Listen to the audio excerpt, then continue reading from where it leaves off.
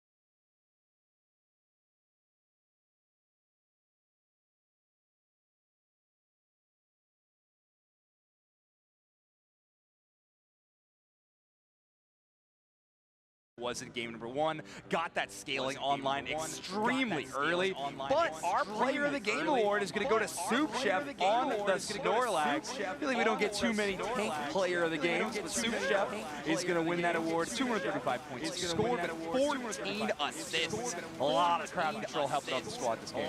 That's my fellow chef. I've only been called Soup Chef at events 4 times. Oh, yeah, not too bad. 4 times. But it is cool to see you in camaraderie with your fellow chefs. Yes. Are you a Gumi fan as well? Yes. Are you a Gumi sure. fan Who as is it? well? Who really? Sure. Who is it? I don't know. I am a Gumi fan as well. Gudra, one of my top 3 most played Pokemon in Pokemon Unite. That's wild. I apologize. Not a great win for Hey! No, I'm just kidding. That's fine.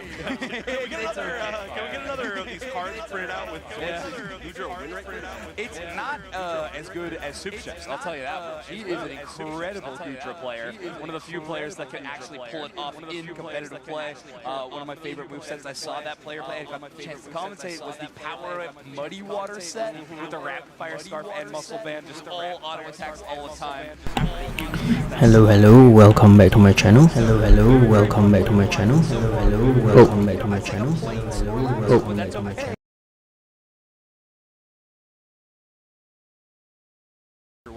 Yeah, I mean, I mentioned it during this last game, but it was really great spacing as far as being able to kind of separate some of these members of the team fights. And I think that was a huge reason why they were able to. I mean, honestly, it was like a big mix of all a few of their players that really enabled them to take ridiculous times. Yeah, that's true. All teams Whoops. have some of these kind of wild Whoops. except me and that first stop. Okay,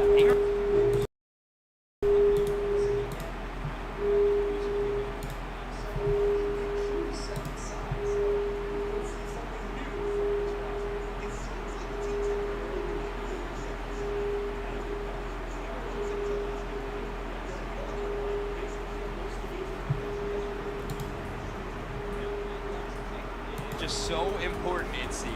Will be Soup Chef locking up Snorlax, a mighty 76% big rate. And I think for good reason, phenomenal this weekend. We're finally going to get a chance to see Psyduck. We will. Lemon Grab will be locking. Oh my god. Okay, I'm so sorry. I forgot to mute some of my audios. Okay.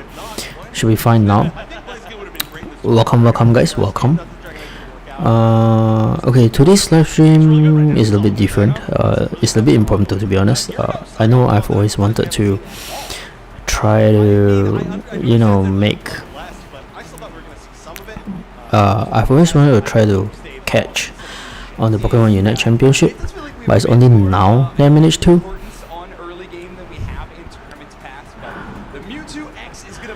So yeah, this is pretty exciting.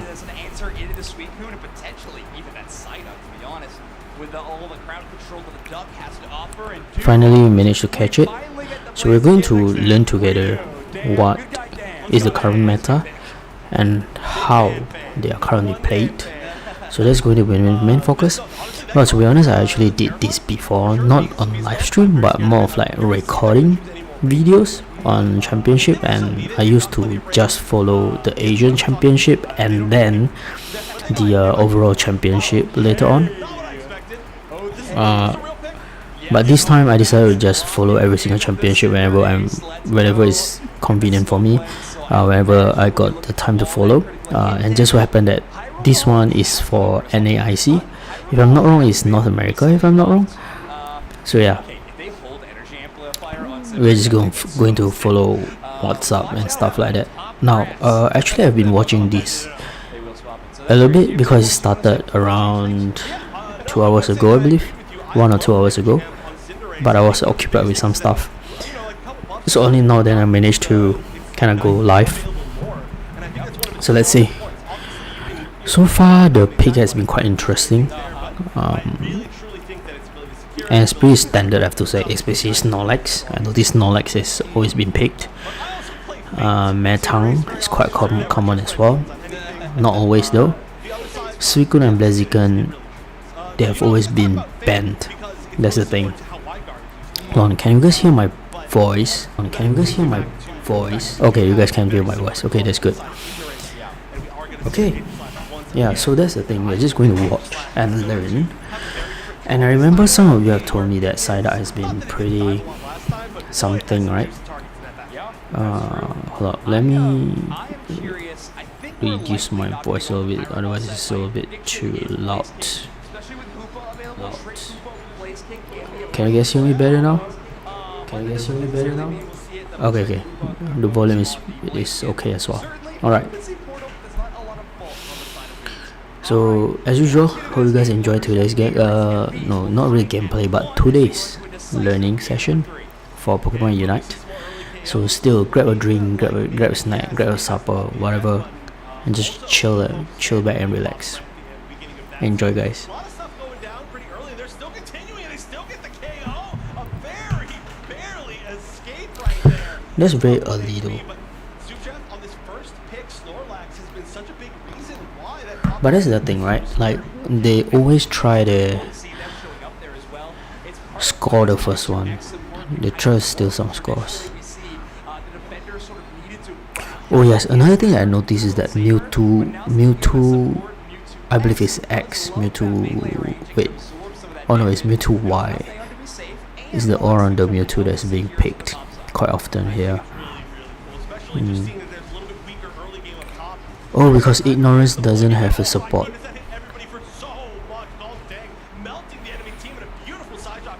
Nice.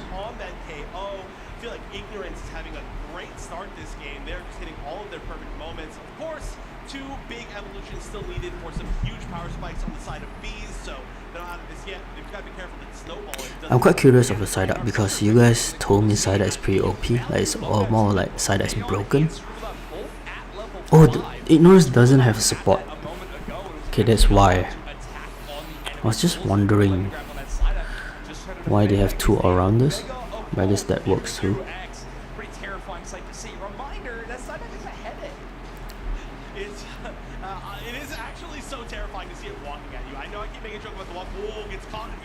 Okay, this is why Suicune is annoying. Suicune is really annoying because of that.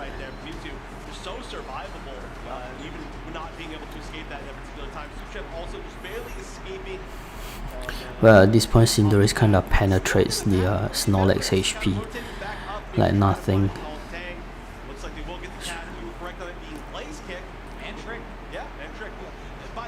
But the Metagross damage is really painful though.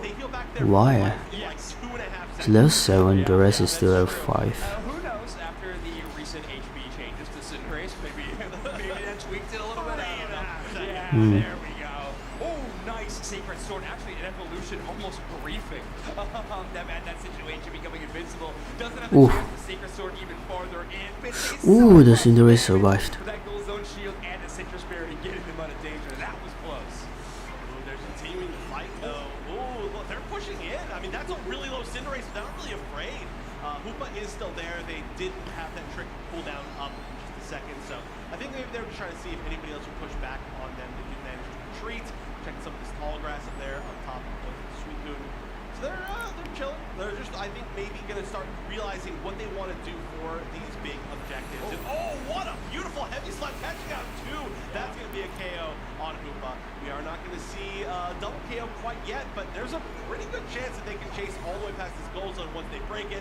So yeah, you got to back up. They do manage to do that. A little bit of a brawl, I think, on the bottom for the basement Reggie. That's going to be kind of the main story, main fight here. It feels like up top it wasn't really a fight even. And maybe up bottom it's not going to be a fight either. This is a tough situation, specifically for Bats on this Blaze can finally get that level 8 evolution. So they'll have the stance chains available to them, but a really long time to get Me too is dead. that Yeah. level. Good news though, they do have Okay, so the top lane.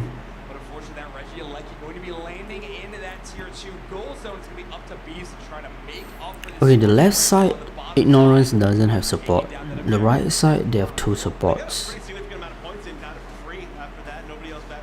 I guess the Suicune is a half-half, I guess. Wow. I think the right side, they change everything on the Cinderace.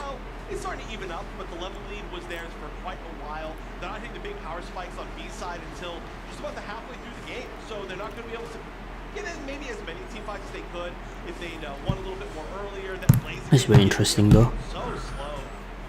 It's finally good, and honestly, the rip and secure potential now side of Bees is terrifying. So even if they're behind, you know, they've got a good comeback chance.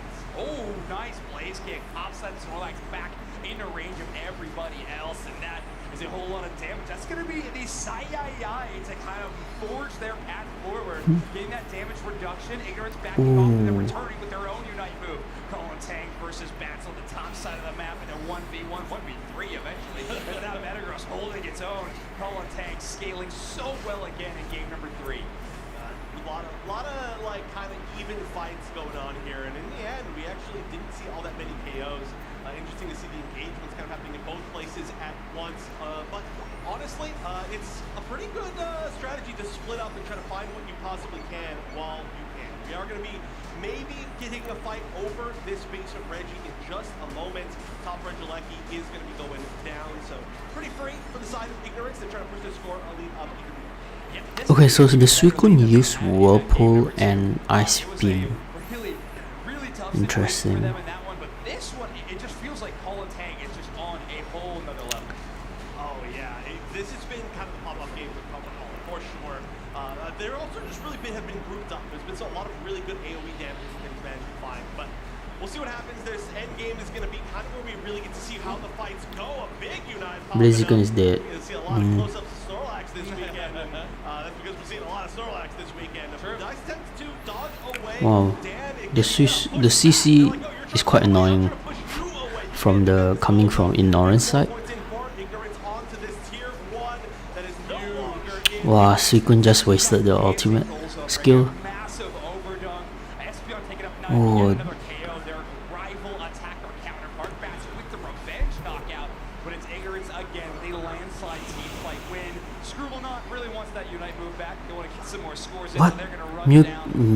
The Mewtwo still managed to score? However, they do have the Infinite Cyber back up and ready to go. Now, I believe we're probably just going to see some farming from both these sides trying to hit some 13s. This feels like, weirdly, a very low-level game, right? It's quite interesting though. Yeah, still low. Wow. Okay, there we go. Yeah, just sticked over, and it is going to be Colin Tang as the first one there. So a little bit of a separation. Do you guys think Beast will still be able to win? Beast will still be able to win. But this is almost certainly going to come down in my eyes to a big team fight. Once, like, yeah, totally.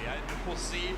Ignorance is going to be the first ones to set up shop. We're about 20 seconds away for Rayquaza entering the map, and Ignorance does have that map control. They're being a bit more aggressive with it this time. You can see a top path presence, and then our 2 EXP shareholders, that support core, making sure that that bottom entry to the Rayquaza pit is really difficult to manage. Soup Chef would love if they could force this entire team into one of those corridors again, so they can get a big heavy slam combo into a power net. Both teams ignoring what could have been a very, very juicy Regieleki, but we already saw an attempt to fight the 2-minute fight up top in game, I believe it was number 1. So I think they maybe just don't want that to happen again. Now this is the interesting part, because if let's say Beast got it, they still can manage to, they'll still be able to turn it around. But oh my god, look at that CC from Ignorance, guys.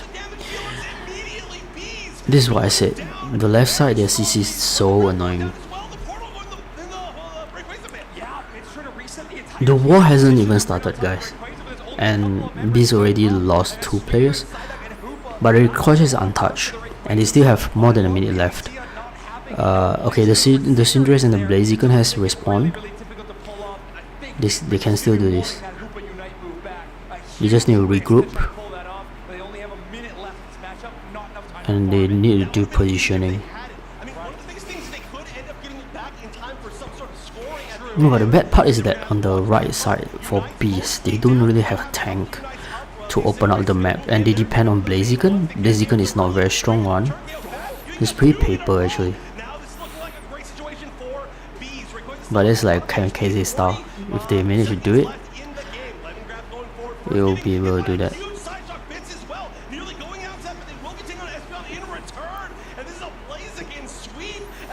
But this is bad. You don't know why?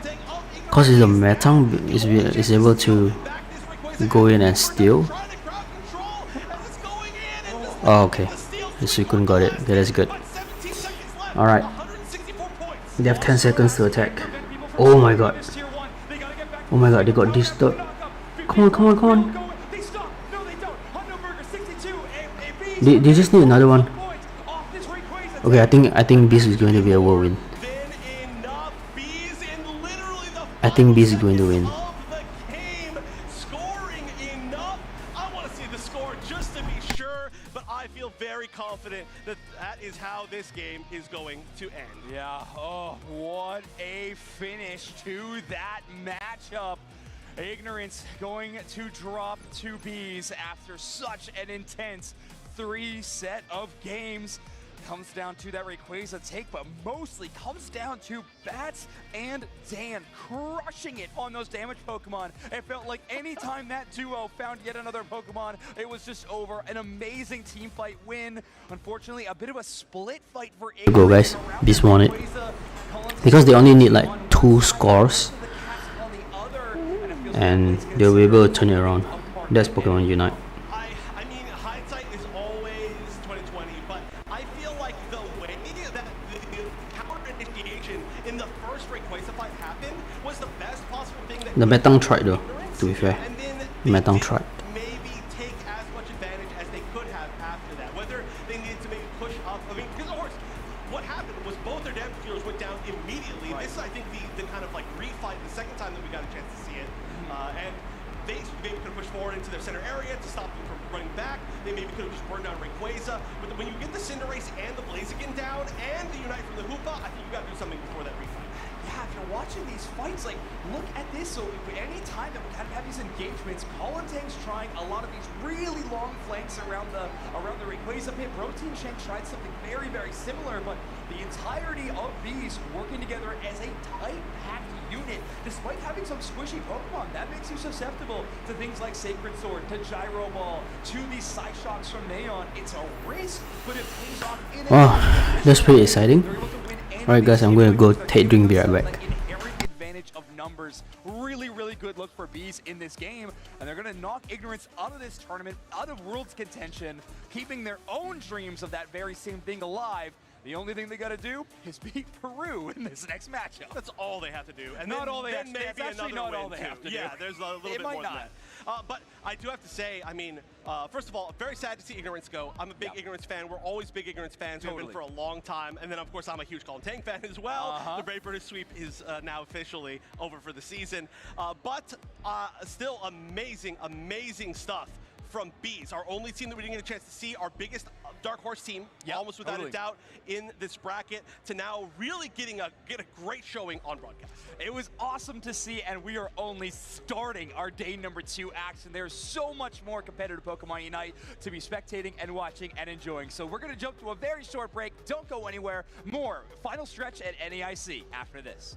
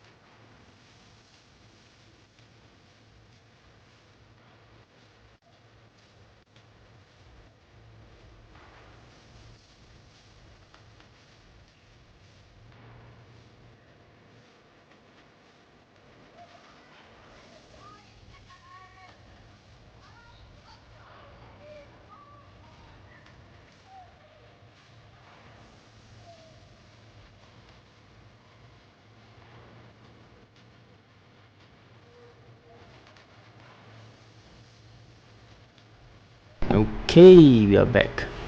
Okay, let's talk about okay, the second one is down, next one is DreamX. Alright, to be honest, I only know about Luminosity Gaming. I mean, it's a popular esport name. But looking at Ignorance, I recognize the guy.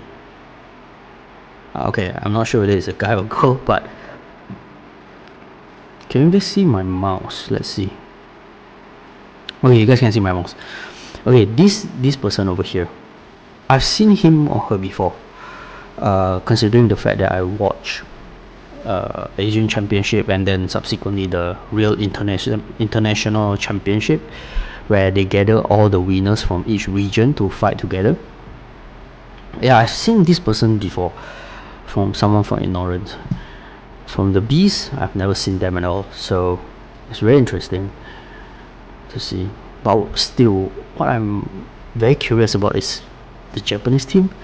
Like I always said, the Japanese teams are really strong mainly because their draft is just very unique. And oh yeah, that fight though, that was insane. That was crazy, the fight. Look at those CC from the Ignorance side, but somehow they failed to get this. They failed to get the Rayquaza. So somehow Beast won. Oh boy, that was really sad though. Must be very painful for them to swallow.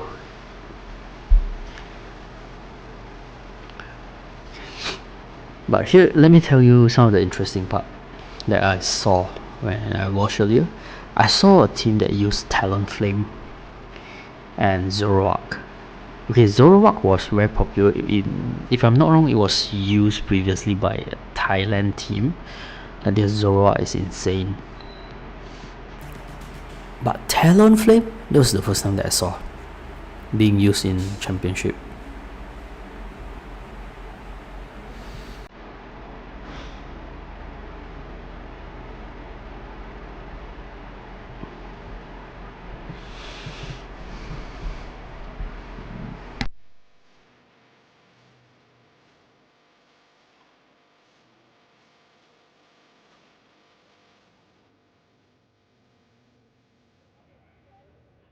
I'm here with Flareon's mom, and we are going to be playing Pokemon This or That Fire-type Edition. Are you ready? I'm ready. Okay.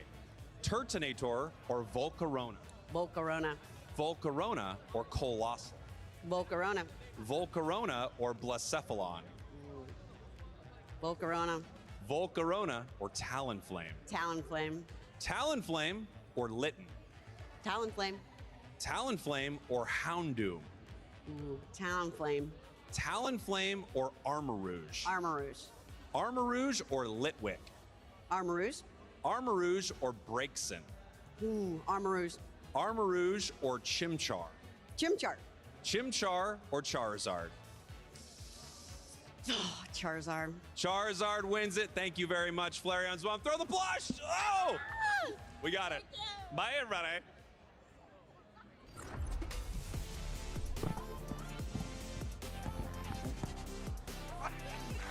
You guys have no idea what kind of chaos is happening in the booth right now.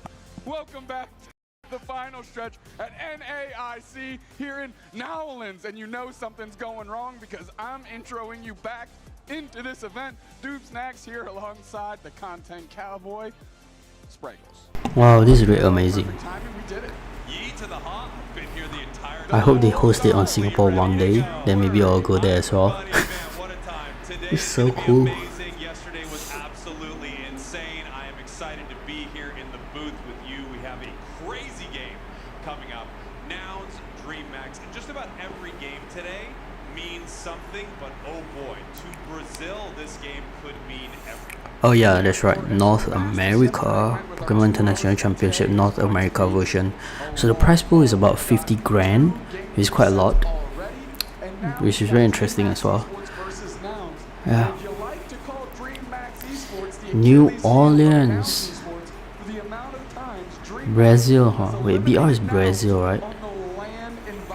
Yeah, I've never seen them before as well. Such an incredible matchup between these squads, and like you said, they've gone at it multiple Dragonite, Sableye, Zoroark.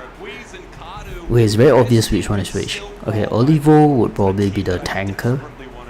Guizin is the support. Kadu is the speedster. Ferzeira is all-rounder, I guess. Mezzo is the attacker. Okay, let's see. Make your prediction, guys. Let's see who will win this. Wait, but who's the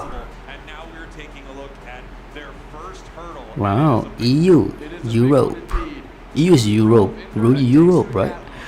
Toon, Bruv. Toon is the support, Bruv is support as well, I guess. Okay, well, let's see. Nouns has had a uniquely difficult time with DreamMax Esports on the international stage.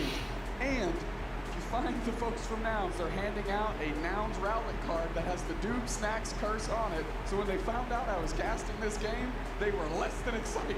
Yeah, I don't think they were absolutely in love with that, but this is a squad that really could beat any team here. Absolutely. Having kind of a tricky day one, Inder doing a little bit of a selfie. Pokeball, Having Pokemon. kind of a tricky day one, right? I mean, Pokemon and rougher AIC. road than you would expect. DreamHack versus This Nouns. has been the story of them at these live events throughout this entire year. They didn't make it to the Grands at LAIC. They get eliminated at EUIC. I don't know if it was DreamHack that eliminated them. I know DreamHack beat them. They might have also been the team that eliminated them. I'm not positive. I believe so. Yeah. Damn! What if one day we got into championship as well, guys? But Singapore doesn't even have a team. So there's a lot of history between these two squads, and Nouns is just looking, listen, we didn't need to win all of them, but please let us win this next one. Yeah, I mean, they have to. They have to win one. And then for DreamHack, they again have the rockiest road ahead of them. They might name an ice cream after them if they're able to make this thing happen. Would the they've got ice cream name be would be the Rockiest Road? DreamHack Esports Rockiest Road. DreamHack Esports Rockiest Yeah. Road. It's got all the stuff. Dun, dun, dun, dun, dun, dun, Come on, man. dun, dun, Come on. dun, Jerry's fully on dun, board. dun, dun, Jerry's dun, fucking dun, Jerry in the dun, sport. dun, You dun, can't wait dun, for me, dun. man. I'm sick of it with you two. Just get on the same page. And now, yeah, they've got to take Downs and they've got to take OJ, which would be tough. That doesn't Is Snorlax going to be picked again?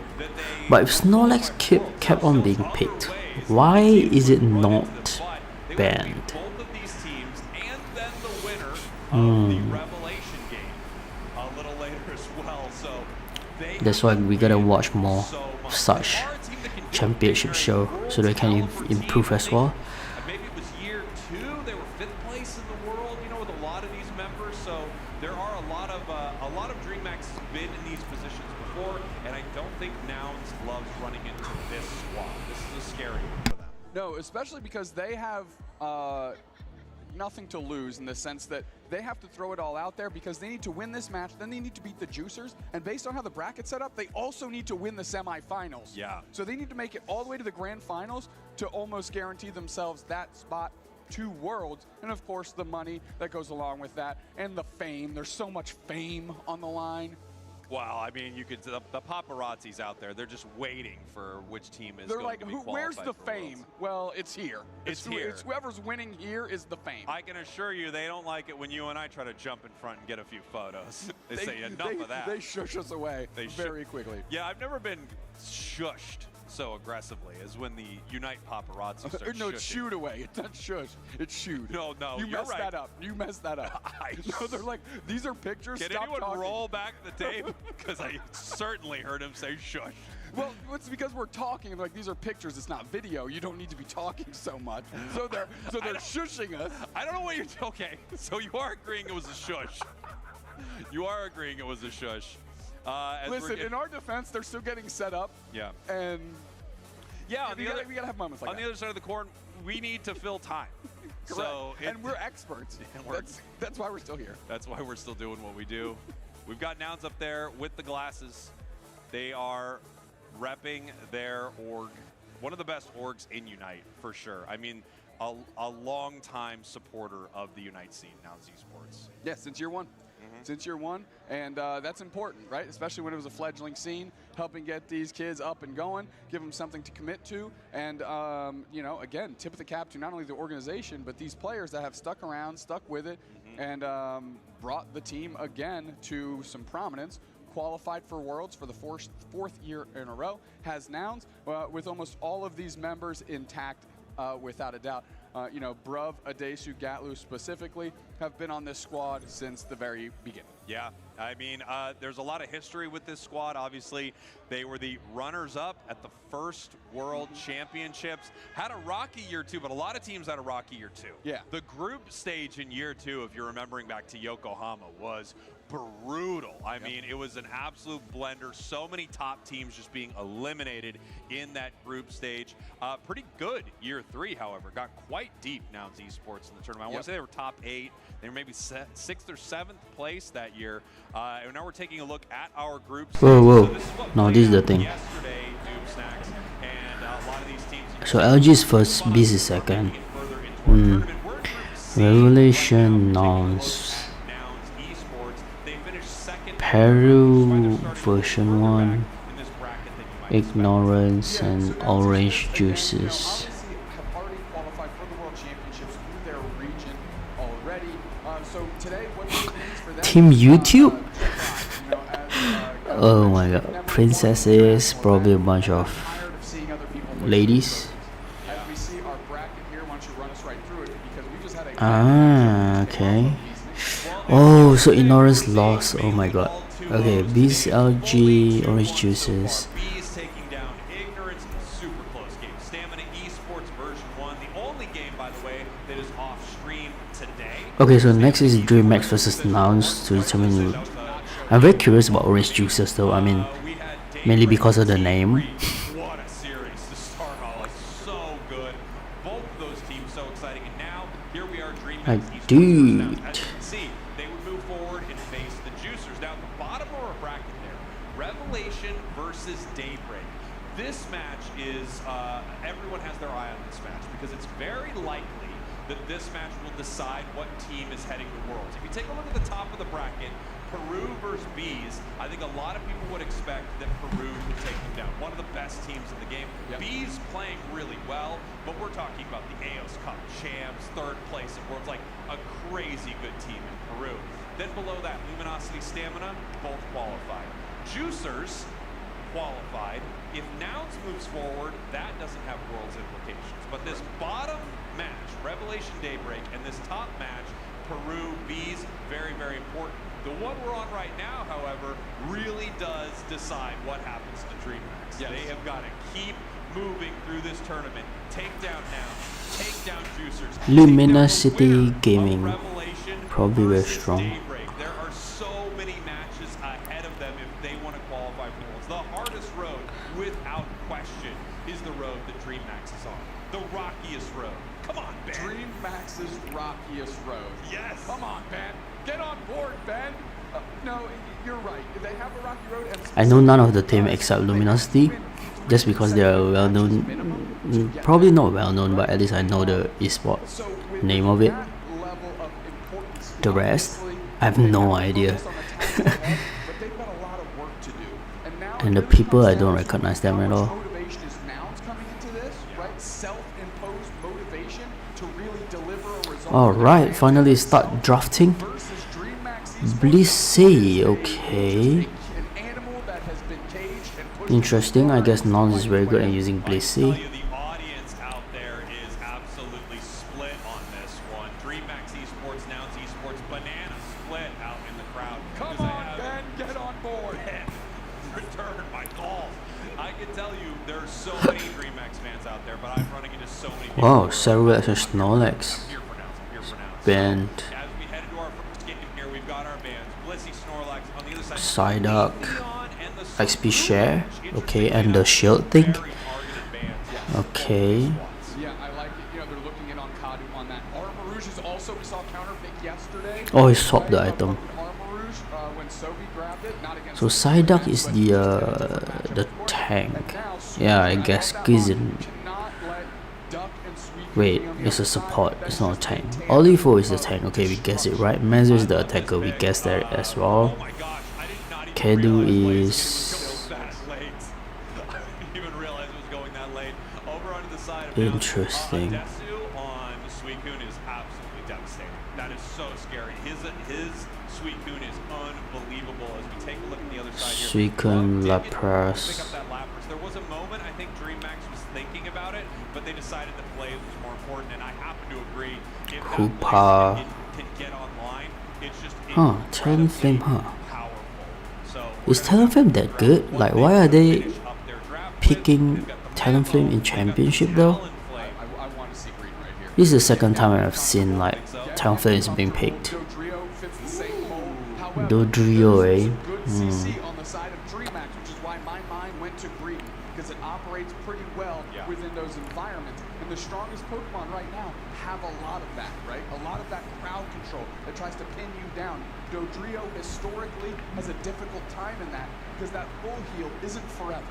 Right? You only get one instance of that, but you look at the options that DreamMax carries, and they might be able to pin down Gatloo. However, if Toon stays in the pocket, causes a lot of static. Grub is always rushing forward. Mamoswine, Psyduck, And you can really set up some nice Lepresopa. out of Nouns. Let's see if Nouns' motivation. I forgot the name. The Cerulege, but the red version. It's a very strong melee all-rounder though. They probably pick it because most of the DreamHack Pokemon are melee except the attacker. It's a very strong all-rounder, that one. So Talon for me feels like it could, deal a lot of damage to the side of Nouns, but I think they're most worried about that Blaziken.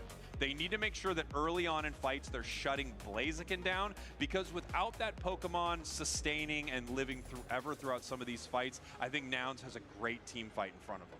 What do you think about Hoopa? Are we seeing Trick Phantom Force, or are we going to be seeing Portals? Oh, say the thing first. DreamHack Esports, your purple team. Nouns Esports, your orange team, as we head into round 12. This is a best of 3.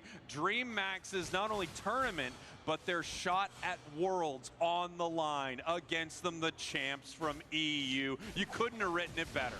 No, not at all. Immediately going. Alright, the game has started. Damage. They do get their stack in, but a knockout will be quality here for 2. Of course. Is Ender, but you take that. Interesting. Blaziken is the mid laner here. Yeah, I mean, Hoopa just looks incredible here. You and I have been talking about this a lot. Whether you're playing Trick or you're playing Portal, I know Ender more of a Portal player. I really do think Hoopa is amazing. I think it's our top win rate. Yeah, Hoopa is a really amazing spotter. Not everybody can master it though, but it's pretty strong if they know how to use it. Oh, there's a rotation happening. Oh, 4v4, okay. Whoa. Nice little poach though by Gatloo to put the birds over to the side of Nouns and get a lot of experience. Quality victory there for them. Yeah, I mean, take a look at Toon in that moment there. Toon though, Toon. That's what I said. The Cerulege from the Toon is really strong. Coming down to grab that last little bit in the fight in the bottom path right here. Dodrio obviously In a team fight, is really strong. to put Gatloo on something that can just terrorize your opponents, he is in his happy place. I agree completely. Maybe taking a page out of Revelation's book yesterday, because we saw Celestial going up and down the map, back and forth with these characters, and really put the screws to Nouns, especially in that game 1. They had a lot of trouble dealing with it, and it seems like they learned their lesson and are applying some of that technology here against DreamHack. I mean, look at this. Nouns just really in control, getting a lot Wow, of these look at all those skins, huh? opponents, holding that talent to a Fletchinder for very, very long. Finally, it is level 5. Then you take a look at the side of Nouns. We've got 7 on Armor, 7 on Dodrio, 6 on the Suicune. They're crushing it level-wise. Absolutely. Olivo, nice Ice Fang reposition. Yeah, it is bad. None are winning in terms of level. Just a Desu, the Suicune trying to hold it down in the face of 4, and that's a fruitless endeavor.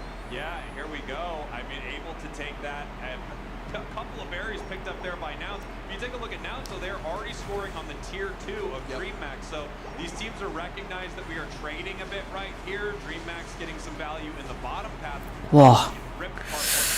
Ooh, that gang on Lapras though. We have Nouns actually doing some work, but now Nouns running down through the central area of DreamHack's coming down to the bottom path to fight. They're leaving top.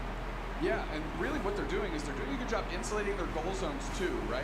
If we have seen the Hoopa in action yet, but if it is a port of Hoopa, you want to keep those tools available to you as much. Registeel going in immediately in. Oh. Phantom Force, it looks like this is going to be Trick as well. So Registeel going down, charge beams on it. Who's going to secure? Big overheat. Ooh, Lapras got it. Puts the team on his back yet again. Says Lapras Express is open. Jump on my shell, son. I'll ferry you across the sea. Wait, this is bad. DreamHack is starting to be under level. They need to level up. Wow, Dodrio solo killed the Regieleki. So their plan is to have Dodrio like going off on its own without needing to go into a team fight. We mentioned it very quickly. Trick, Hoopa, Is that why they decided to pick a red saddle next year? moving with Gatlu on the opposite side. Cause he's really strong. That's the second get out of jail free card against this CC that DreamHack Esports has brought to the table, and that was suspect. I think the talent play was guaranteed. Gatlu's not going to commit to stay over here. Nice Unite move, gets out of the Suicune Unite, and able to play forward and play with it. Now they're looking to push. Blaziken is dead. Yeah. Down. KO Striga 2 for Gatlu. Here comes the flame sweep, knocks 3 players off, but the iframes of the score saves Brub. They step up, the world pulls down from Adesu. Crashing from the skies is the fly from the Talon Flame, but they can't do enough damage. The goal zone is still being sieged. Wow, they are forcing their way to score. He's dead. Yeah, okay. Adesu peeling back, picks up a shield, and they're still fighting. Alivo goes down, and now Z-Sports checking more boxes for themselves. Feeling good. Unbelievable fight back and forth between these two squads. The pressure is not, it's relentless. I mean, 43-198. Tune. Would not stop trying to break that tier 1 goal. He's really strong, this dude. Hitting them. Talon landing fly after fly after fly. You saw the Suicune though escape on almost nothing, and that shield that it can provide itself was actually a huge difference maker. It's like I was saying before, Talon doesn't love to crash Whoa. the Suicune. It's hard to KO that thing. Yeah, especially if you get trapped, frozen is the I think in terms of CC, Nonce is winning here. Non-CC is it's quite annoying as well. It's true. If you get trapped frozen, you're just gonna have to let it go. As Regirock is being chipped up right here, Ender using the Unite move, bringing Oh. the team down. They're dead. The Suicune Unite has caught a couple DreamHack players is here. dead. DreamHack Esports is trying to keep the pressure on, but it's them that are falling to the wayside to the pressure of Nouns. The Talon Flame Fly puts them in a blender. Ooh, They're Talon able to Flame still take manages. for their efforts, but Okay. Gatlu sorts that out quickly. Ice Fang from Alivo is going to try and reposition, but they're Wow, but Talon Flame still managed to bring down Hoopa. We're here for the moment. Beautiful stuff right there. 238-43, another objective down. Gatlu is who we're watching right here as the 3-headed birds heading up. The Dodrio is really good here, and he's level 13 at minute 4. Wow, that's pretty amazing. Please do that nice big Armorers Unite move, fighting back, pushing the Mambo Swine away. Easy secure there for Nouns. DreamHack's not able to do much about it. Talon lands down, taken down once again. Some things never change, running back into the freeze. Wow, Jeez, oh Pete, I mean, why is Blaziken alone there? and so is Gatlu, and it's just That shouldn't happen. You've got a level 13 Suicune, and Nouns is playing with no fear. What do they Oh. have to be afraid of? Another goal zone is gone. Dead. 308 to 43, and they're only going to get Grub as an exchange here as DreamHack Esports. They are a caged animal, but Nouns Esports is looking to put the padlock on it. Yeah, beautiful stuff here from Nouns. I mean, way up on the scoreboard, breaking that tier 2, taking away the vision, taking away the ability for them to fight near the top part of the map there. And look at this, a tier 1 and 2 up for Nouns. The silver lining here for DreamHack is they have a lot of opportunities to peel away from range score if they get some advantages, but they're going to need to score more than 2 full pocketed Pokemon under the 2-minute mark, and they're still behind. That will only get them to 243. Nouns in a powerful Damn, position right it's here. pretty exciting. DreamHack, obviously, they are on their side of the map. They don't have a ton of information about what is going on the side of Nouns. Nouns is pretty amazing, eh? They're in position right now. Actually, both of them are in position right now. But Lapras is in, Psyduck is in. We are settled in. We've got 8 seconds. Easy going to try and suss out to see where Brub is. They found Brub. Oh no. It's a fake one, it's a fake one. Mamazon used the eject already. Rayquaza spawned. Talon Flame tried to score. Telfin trying to score. Side that down. Dodrio try to score. Oh my god. This is bad. Yeah, it's quite clear that Nouns is winning here in terms of draft. Is that alright? Nouns take this game. GG guys, GG.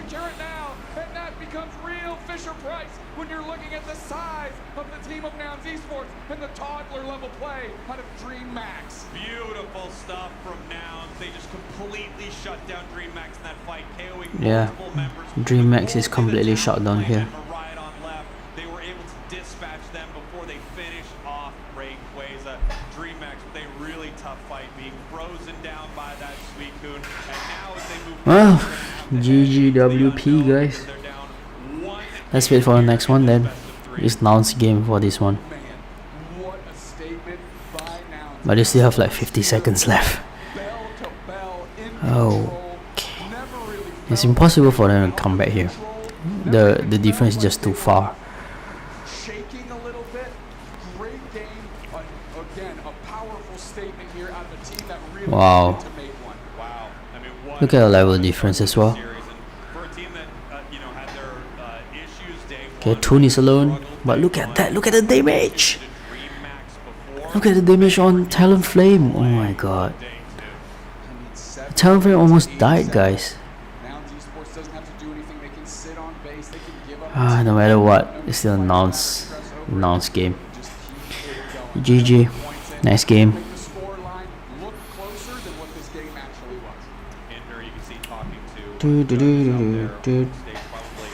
It's very interesting though. They picked Talonflame. They thought Mammoson is like enough to tank, but clearly Nouns have better gameplay here. It's better mechanics as well. The Blaziken is definitely not enough. I don't really understand why like people pick Blaziken. They thought that they can always like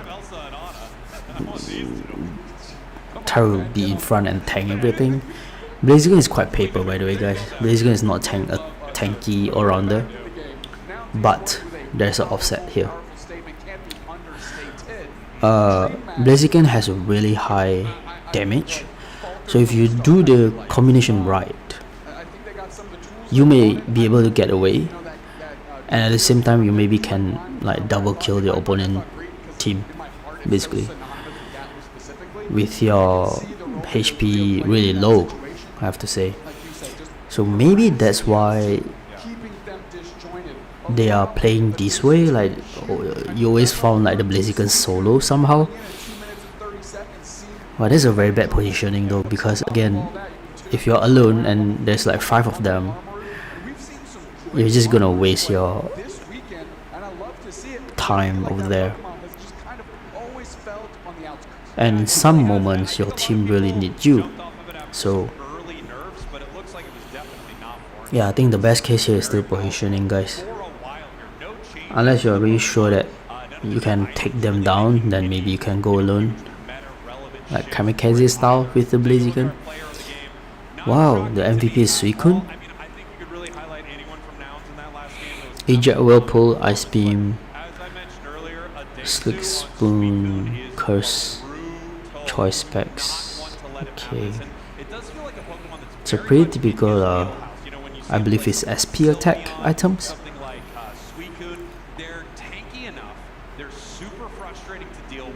Yeah, Suicune is very tanky. Damage is not bad, and at some points it feels as if Suicune can be used as a support. Actually, at least that's how I thought. But it can get really annoying, and the damage is not bad. So yeah, I guess that's why DreamHack is kind of banning Suicune now, because it's really annoying. But I still don't understand why Psyduck is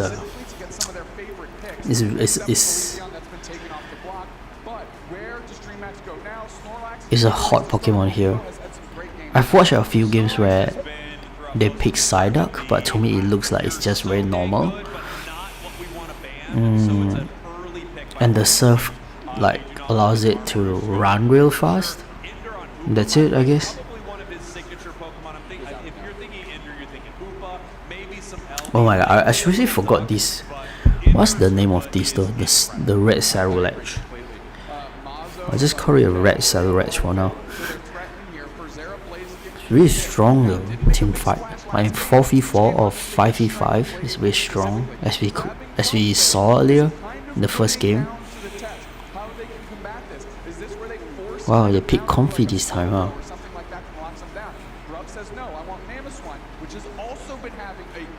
Mammoth Swine. Now we're just watching Gatlu spin through some Pokemon, and Buzzwole's where they end up. Going to be able to grab whatever that Comfy lands on and reposition them and suplex. Nance is still pretty tanky here, they all got HP. So far on DreamHack, they only have Snorlax. So they want to do something like, as you mentioned, that could be a little more disruptive. Final picks over here to DreamHack, and we could see, yes, Oh, Zoroark is tricky here. I don't think Zoroark is Blaziken and Comfy, eh? I assume the Comfy will go into Blaziken probably most of the time. And then Zoroark, I guess. What is bad? Their body is not enough. Nouns have pretty tanky Pokemon. I don't think the Zoroark is enough. This is quite bad, but of course, really depends on how they play. So they may win, or how the Nouns, you know, be able to make some blunders and stuff. Fully based on shielding their allies and disrupting the enemy team. But if it is playing its healing moveset, they have so much to limit that on the side of Noun. So it feels like they are counter-picking, not only to play around it a bit, obviously like you mentioned, reposition with Buzzwole, dance around them and do continuous damage with the Sylveon, but at the same time shut down that healing. Oh guys, look at the Mamoswine item. You know, is that enough though? You're gonna get The Mamoswine's item is interesting. It has the Rocky helmet and the XP share. So it's very obvious that Mamoswine is going to be in front. That's the thing. The Mamoswine is definitely going to be in front. For just a heartbeat, all of those things don't necessarily work on their own. Right. You need to be working in conjunction, and that, I believe, to me, starts with Bruv being able to be very good on this Mamoswine, lead engagements, good communication. Bruv's done it for 4 years. I know the team trusts him, and I know he's looking to step up just like he did on that Lapras Secure Save the Thing. Here we go. DreamHack Esports, your purple team. Nouns Esports, your orange team. DreamHack, There it is. against the wall. Let's start it. Win here, or not only is their tournament done, but their chances of heading to the World Championships are gone. In front of them, the legends from EU, Nouns Esports, already up 1 game and feeling great. I mean, the difference in their faces, their energy, their chemistry that we're seeing on stage here today compared to yesterday is night and day. I agree completely. Buzzwole stepping up. Very good early game. Going to try and jump on top of this Torchic, who's now carrying the Comfy. A lot of good pressure on Gatlu. Good magician maneuver there. That Hoopa passive that you press the button, you yank a barrier AOS energy. Way able to top off Gatlu and keep them safe. Well done.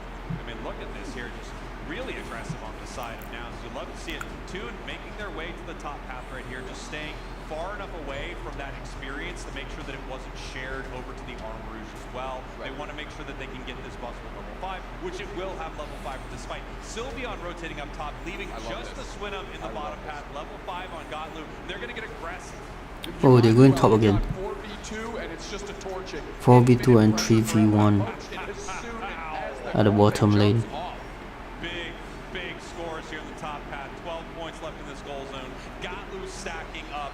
3 members of DreamHack in the bottom path just against that Swinub. Oh my god, they're going to... Oh, okay. I thought they were going to get Torchic there.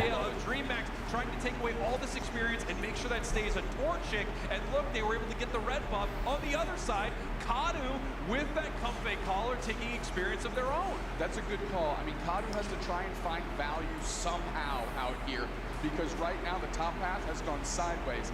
And while all that was going on, Bruv was able to hold the bottom path themselves as a swing. Wow. Yeah, really impressive stuff here. Snorlax moving in with a heavy slam. They So know Zoroark- where Zera is. A lot of the experience going over to the side of Nouns. Zera looking for a possible fight here, but not finding a good opportunity. Peeling away from the Interesting. Gatlu, the Buzzwole, the only one left in the top path. Two now having to peel back. Actually, They fight a lot forward. in the middle, Looks like it's gonna that's for stop that sure. engagement. I'm stunned. Bruv is level 5, outpacing the Snorlax on the other side. They were by themselves 3v1 for almost 40 seconds. Spriggles at the start of this one when Nouns Esports rotated top to do all their damage there. Combustion, that goes in, and they're doing a ton of damage in tandem with Kadu. Oh, Zoroark is dead. Cover by Gatlu, gets a quick knockout. Wow, And now, Comfy also, survived. Easy and Olivo have to rotate up for Zera goes down, and Gatlu once more. This level 8 Buzzwole is an absolute unit. Flexing the biceps, gets trapped with a grassy knot, kicks right through it, and goes back towards Bruv. I loved seeing Buzzwole send him up into the sky with that uppercut. Recognized the HP was low enough that when they landed, they'd get KO'd and turned right back around towards the other members of DreamMax. Gatlu on a bit of a tear this morning here. Absolutely crushing game 1. Level 9 already in this match. However, we've got this Zoroark on the other side. The experience being prioritized for them there. Buzz was level 9 first. That's a huge over up top there. I believe that was 1, so it's a plus 29. Giving up the base. Oh, Zoroark got it. They're just gonna Okay, defend. okay. We've got the Trick Hoopa again on the pillow spine, working in tandem. Indy gonna have to peel away, can't quite get out of there. That's a knockout. Now we've got a Dace who dodges the grass knot, but here comes Kadu, goes straight in. With an earthquake cover, Wow. using the Unite move, darts halfway across the map, and somehow That is very everybody interesting. makes it out. Yeah, kind of a, I mean, really great play there from the Zoroark and the split-second Unite move for Audacia to save themselves.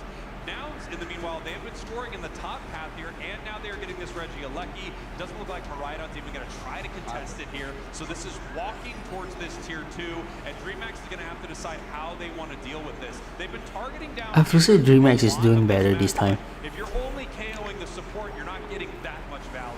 Yeah, earthquake in and really. They're Bruv really is trying to protecting the buy as much members, time as a lot. possible. It's just gonna be, I believe, an Like, 8 or 9 over there on the tier 1. Interesting. But meanwhile, look at all the work and like point-based damage Teamwork, that Nouns Esports which is doing in the top half. you'll never be able to December obtain if you fight play top solo and rank. execute that plan very well. Now they're gonna get a. Wow. Getting out of dodge, criminal activity by Nouns.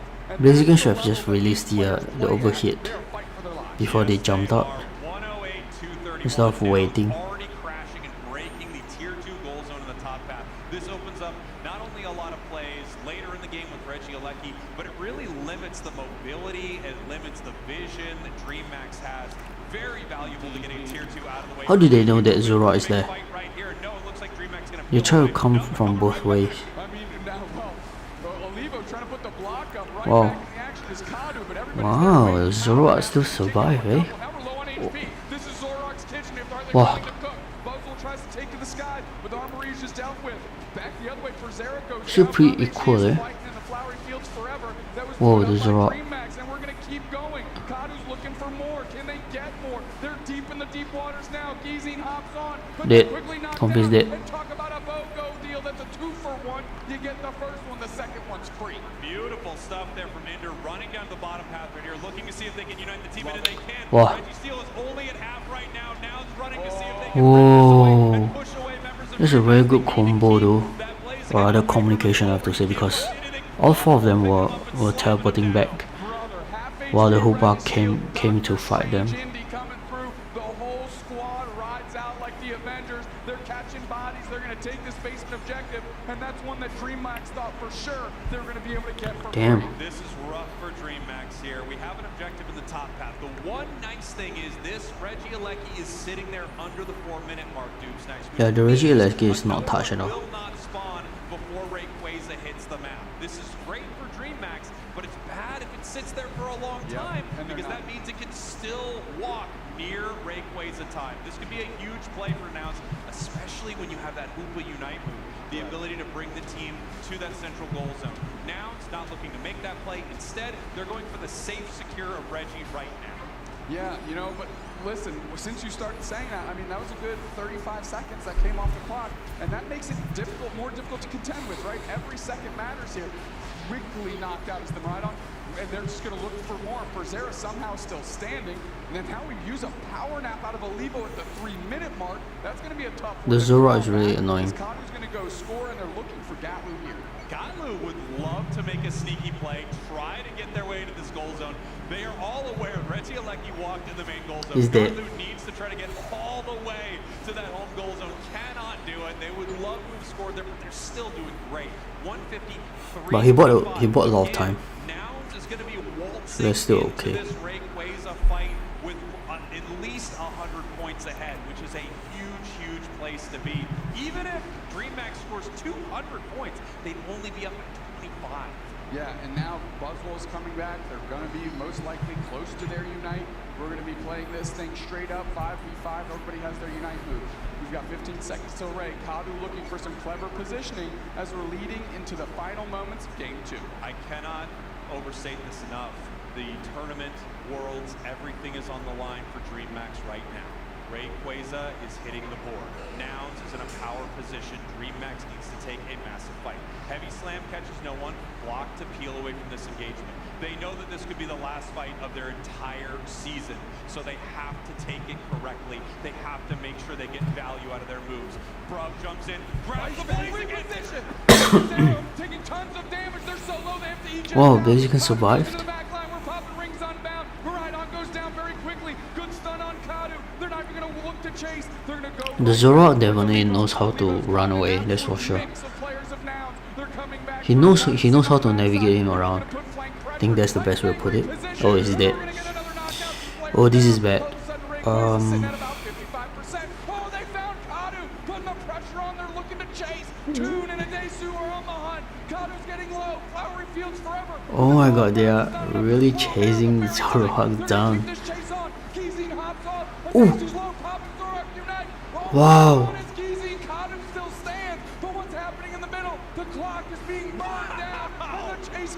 Oh, they are buying some time. They're just buying some time.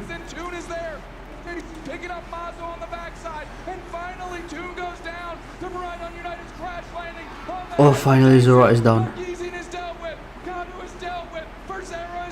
Oh my god, oh my god, oh my god. Okay, I mean this works too. Okay, Nun's going to win it. GG. GG. Nun's winning, GG. Oh shoot, Sylvian got caught.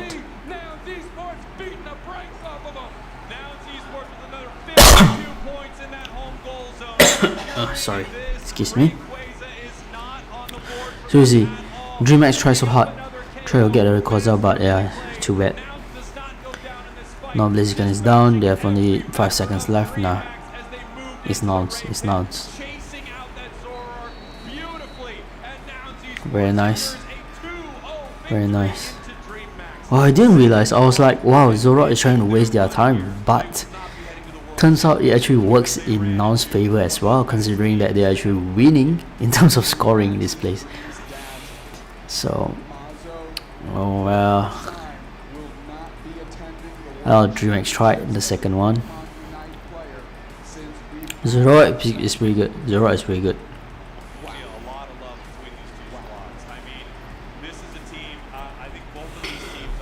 You absolutely root for them. It's gutting to not see DreamHack move forward, but for them to move forward, they would have to dispatch another team that is loved by all in Nouns Esports. And Nouns today, they are playing like the champions that they are. No question about it. This performance out of Nouns, night and day compared to what we watched yesterday, even in their wins. Spraggles.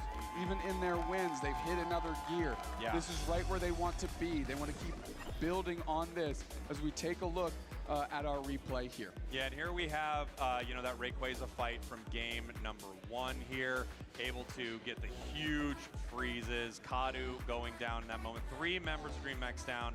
And then, of course, we have some big Blaziken plays, but look at that. I mean, the fancy footwork from Nouns Esports. And here's really where it all happened. They didn't catch Blaziken. Blaziken actually gets to run away from this, but look at the play there from Gatlu. The eject button tech, bringing the Maridon in. Maridon now down down. Blaziken has to reset, and Nouns keeps the pressure on throughout this fight. They are looking for members of DreamMax right here, chipping Ray, and they're trying to figure out exactly what they can get. After the Snorlax is down, they are now trying to find Zera, and they do, hopping into the tall grass, and this is really where it happens, you know? Zeraora looking for the great escape, Zoroark, excuse me, looking for the great escape, but not able to make it happen. And you see the chase continues, right?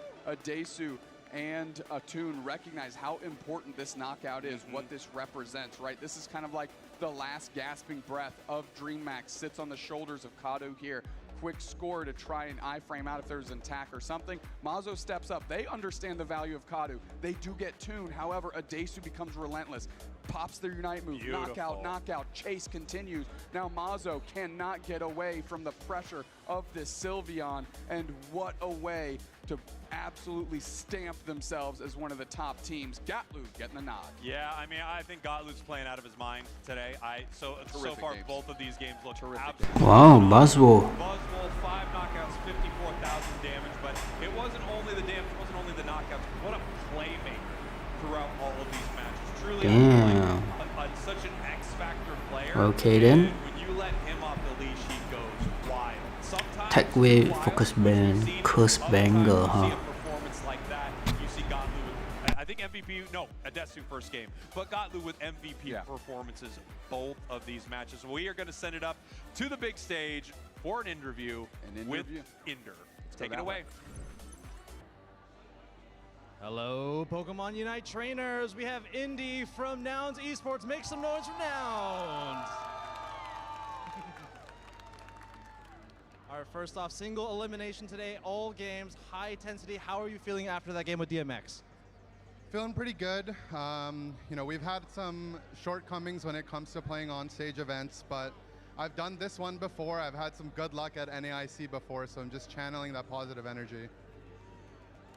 Up next, you have the regional champions from North America in Orange Juicers coming up next for you. How are you feeling about that set?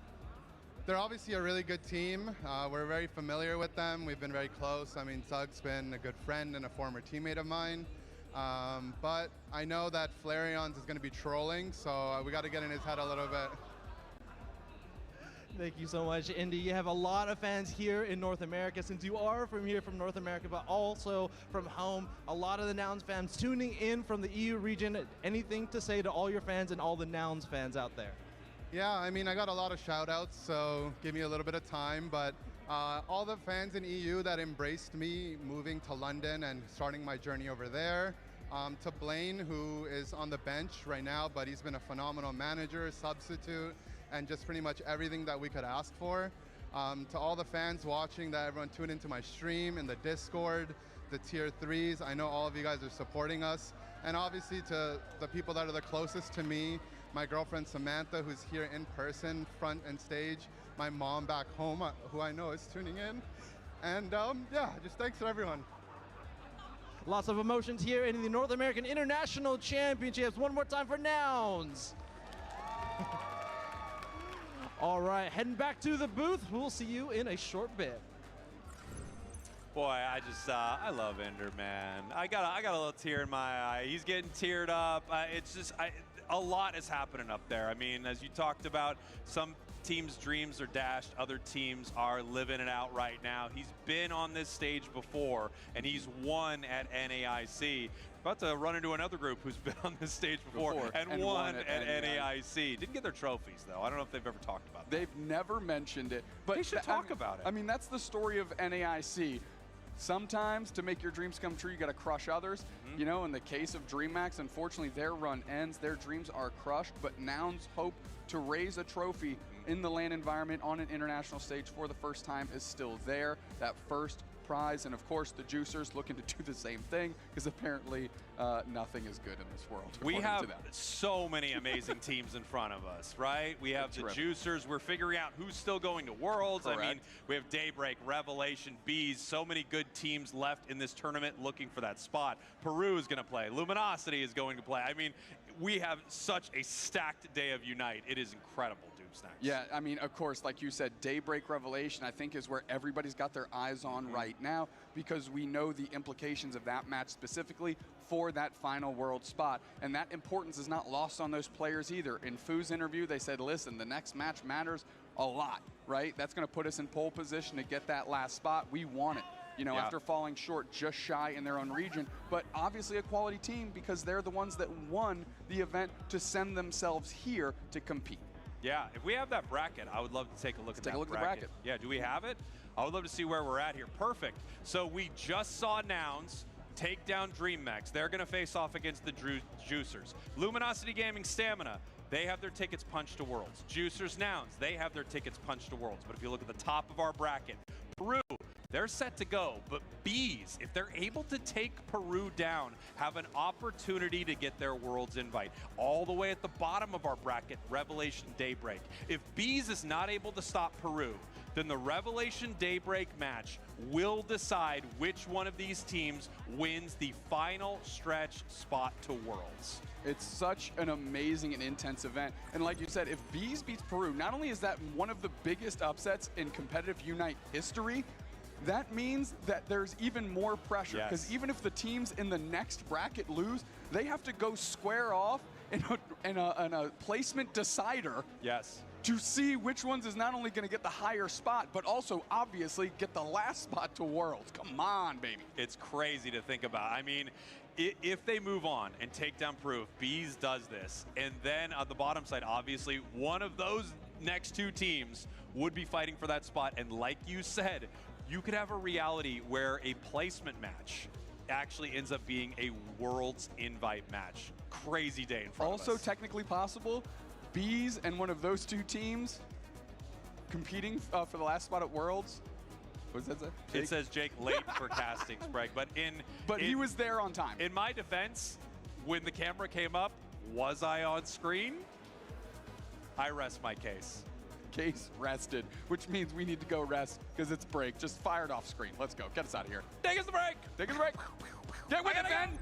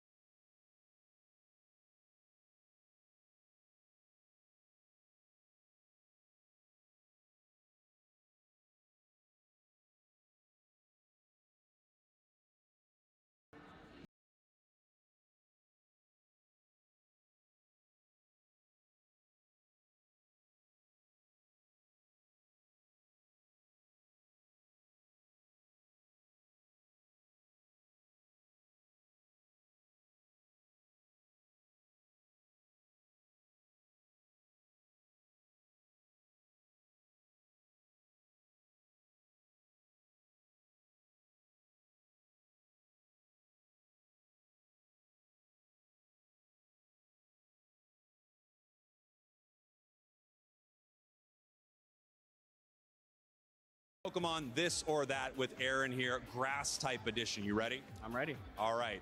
Sunflora or Carnivine? Carnivine. Carnivine or Go-Goat? Go-Goat. Go-Goat or Eldegoss? Eldegoss. Eldegoss or Abomasnow? Abomasnow. Abomasnow or Scovillain? Abomasnow. Abomasnow or Meganium? Abomasnow. Abomasnow or Victreebel? Abomasnow. Abomasnow or Delmise? Delmise. Delmise or Decidueye? Decidueye. Decidueye or Sprigatito? Sprigatito. Sprigatito or Bulbasaur? Bulbasaur. Bulbasaur wins it all. Drop the plush. Oh, congratulations. Thank you so much. Thank you. All right. Bye. We did it. You keep it. Welcome back, Pokemon Unite trainers, to the North American International Championships, where we are bringing you the broadcast of the final stretch, day 2 of the final stretch here in New Orleans. Welcome on back. My name is Drake Kusan. If you're just joining us, joined with me is Kellosaurus. And Kello had some dreams broken already today. Emotions are very high for these teams. Some of them ending their season with the final stretch today, hopefully finding one more dream to move on to the World Championship Series in a couple of months. How are you feeling with the day so far? Honestly, it has been absolutely electrifying. I think is a great descriptive word to use. It has just been action-packed, non-stop. These matches are chef's kiss. Chef's kiss indeed. Nouns Esports having a tremendous performance going up against DMX from Brazil. Unfortunately, we will no longer be seeing DMX in today's event, as this is a single elimination bracket. Just to remind us, fighting for a $50,000 prize pool, $20,000 for the Lion's Share team. We're going to be taking a look at Luminosity Gaming, first time on broadcast, /Ken, Kyrios, Trainer Otter, and Overlord. Again, your 2-time world champions and currently undefeated in international conventions, looking to continue that win streak here at NAIC. Going up against them are the LATAM North representatives for the World Championship Series. This is Stamina Esports, Kello. Yes, we have Reggie, Frank, Ranma, Pachi, and Alito representing their team. So they have also secured themselves a world spot by getting a placement in the regionals for their region. So, I mean, world spot has been secured, but as you said, it's that lion's share of the prize pool, but also it's the title that both of these teams are after. Yeah. Obviously, lots of emotions between all the teams today. One Pokemon that I do want to highlight that we have been seeing all throughout today, and every set today, I believe, is a Pokemon well known to Overlord. It is that Zoroark. Kello, we saw a lot of Zoroark in that last game. Kadu, unfortunately, not able to get away, even with a Comfey pocket, but Overlord is quite literally the Lord of Zoroark, the Lord of the Sword, some may call him in the past. How do you feel about Zoroark, Comfey, and Luminosity Gaming? Well, in terms of a Zoroark Comfey win rate, it obviously isn't 100%. So whether we'll actually end up seeing Overlord go and select this Pokemon moving forth, I'm not sure. As you mentioned, we haven't actually seen Luminosity on broadcast. However, yesterday in group stage, they went undefeated 2-0 against all of their teams in groups. They have one of the biggest groups as well. And, well, I mean, Stamina Esports, they matched that. They didn't drop a single game either. Also going that 2-0 clean sweep distance until day 2, where that streak was broken. They did lose one game to version 1 off broadcast, but they hopefully both these teams carrying that winning momentum from day number 1 to day number 2. This is going to be an absolutely electric game between the two teams. This is going to be a Worlds preview match between LATAM North and North America. And I'm excited to see how this plays out. We'll have to see if we end up getting chills, if everything's so electrifying. It definitely can feel the tension in the atmosphere as we get these players ready on up to go into that pick band draft phase. But I have a question, Drake. I know we did surprise Pokemon that we would like to see. Is there anything that you would like to see come on out today? I mean, besides the Zoroark. We've seen so many interesting picks in our cast specifically, I Kella. got my We've seen Azir. you got Mine. Azumarill multiple times, although it was just a singular player playing Azumarill. That's Joe from Daybreak.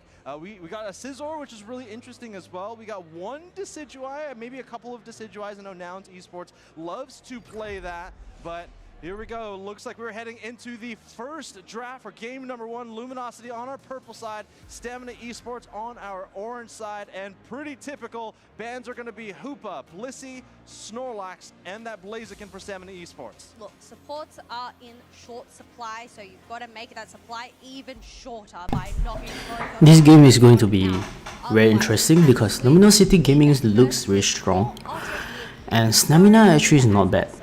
I watched their play, I forgot already whether it's yesterday or today. I watched one of their games. Like, Stamina is not bad, so it's going to be a really interesting one. Yeah, Suicune, a pick rate of 30%. It has been more than a quarter of the games here on broadcast. It is a very powerful Pokemon, freezing that flooded zone. And for a Pokemon like Zacian, for example, that has a lot of pressure in that mid to short range, it's not going to be loving to see that legendary beast.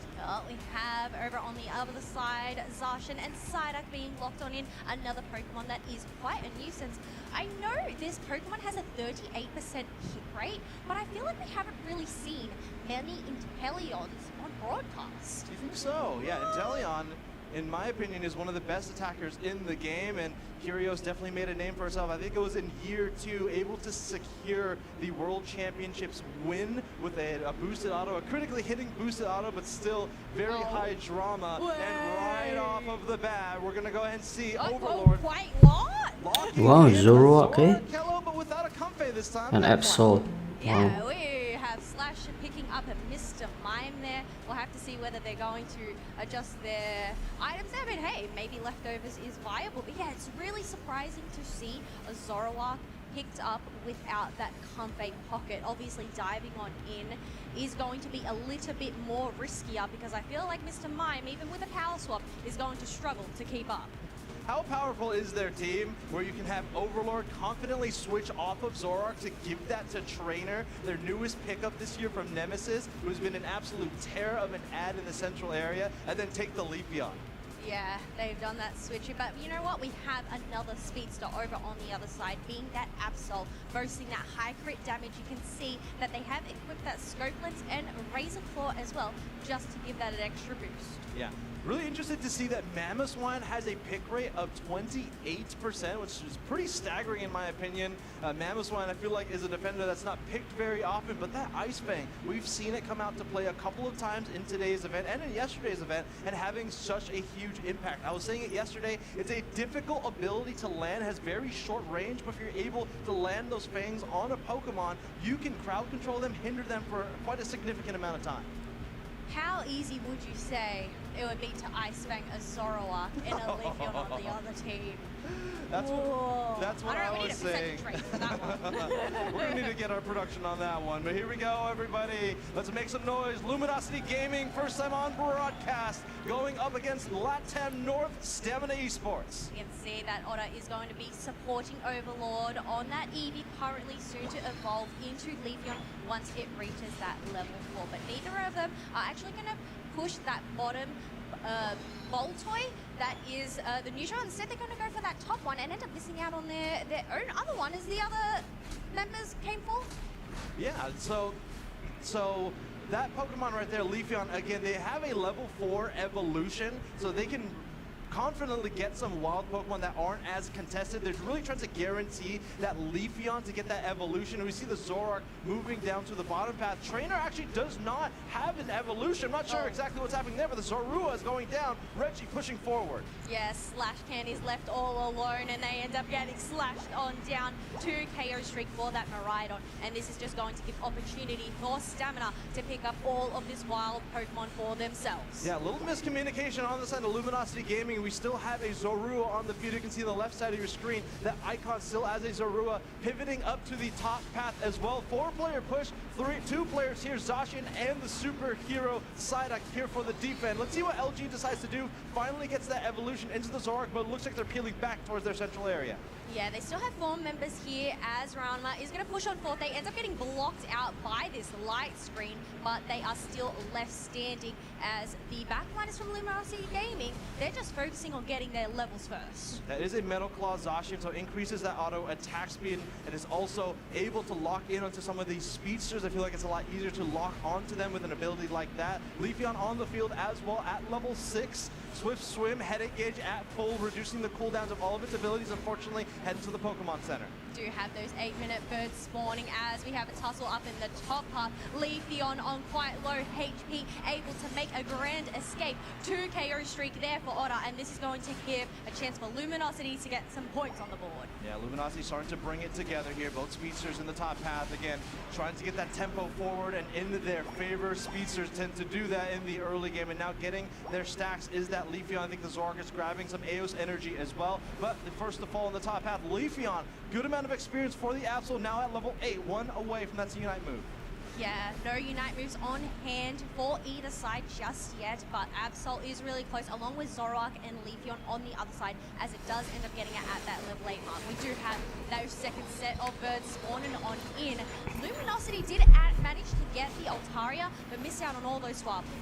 Rather slow start. Damn, stamina, eh? Very aggressive play. Stamina, These are going in for a 1v1. Midnight Slash, unfortunately finding nobody. Overlord here for the confirmation as well. Emerald 2-step on the forehead of Zacian as they're trying to escape back to their tier 1 goals. So take a look at that Ice Fang, but Leafeon is able to stay alive, getting a shield from that Razor Leaf, getting the KO on the Zacian. You've definitely got to give it up to Pachi for the attempted effort to save their ally. Unfortunately, it just wasn't enough to go and save them or that tier 1 pad. Now Luminosity Gaming are setting their sights on this Reggie Alecki uncontested and for free, marching towards tier 2.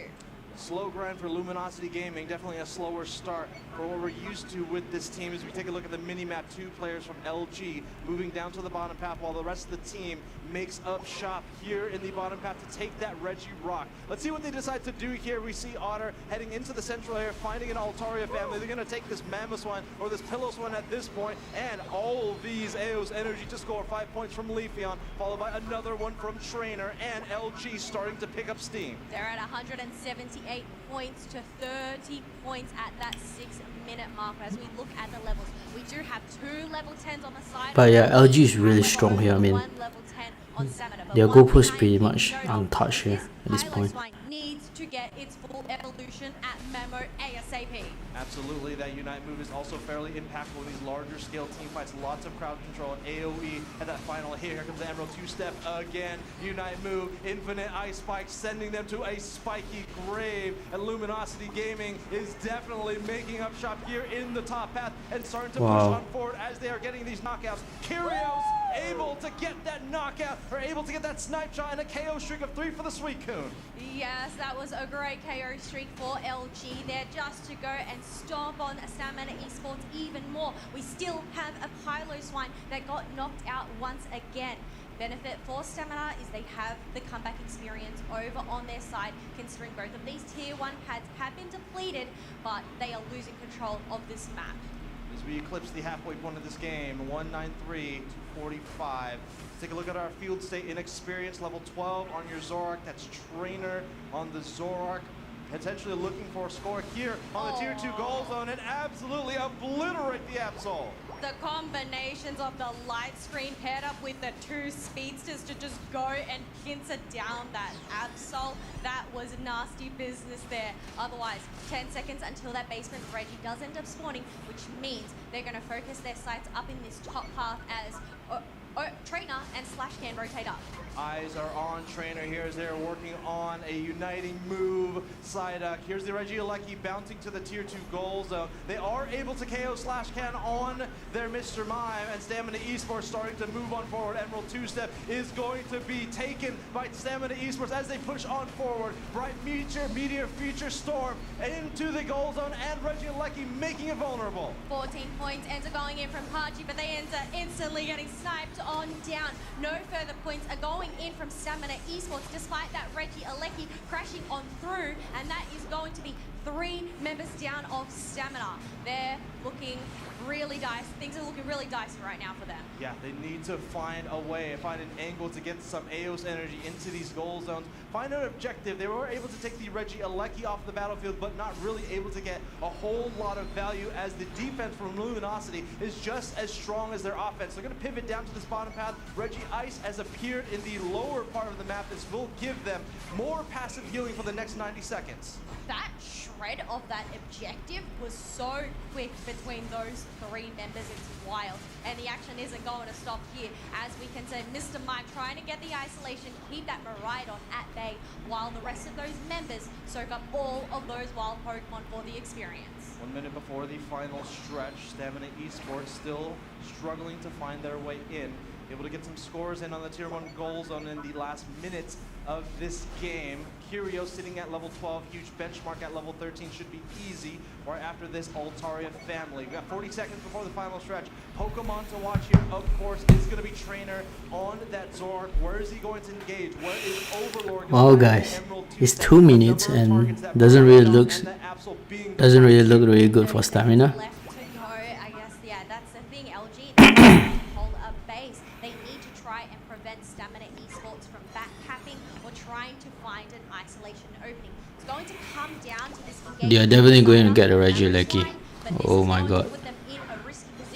Why is Namina not defending them? They chose to do a setup for Rayquaza instead. And it looks like it is going to crash into the Tier 2 goal zone. Stamina Esports pivoting towards the Rayquaza. It is bold, and it is a value play, and Rayquaza has already fallen, and Luminosity Gaming is going to secure. What? None other than Kyrios with the confirmation. I didn't even see anything, dude. It happens too fast. A quick rip. Yeah, the Reggie Alecki crashing on through. Oh my god, and Luminosity only had Leafeon gone. GG. It's LG's game here. And I've got to say, first time on Oh, that's a cute plushie there. Looking something fierce. Do not blink, because in a blink of an eye you can lose an objective, even if Stamina Yeah, oh my god, that Rayquaza literally cannot blink at all. It's insane. But we have eclipsed the 500 point mark. But the Intellion is insane too. Wow, their focus level is up there, I would say.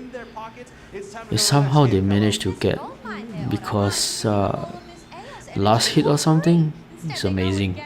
Intellion. They're only holding 10 points on hand, but I guess you know what? They don't really need any more Aos Entity to go on through. They just need to focus on the defense for now.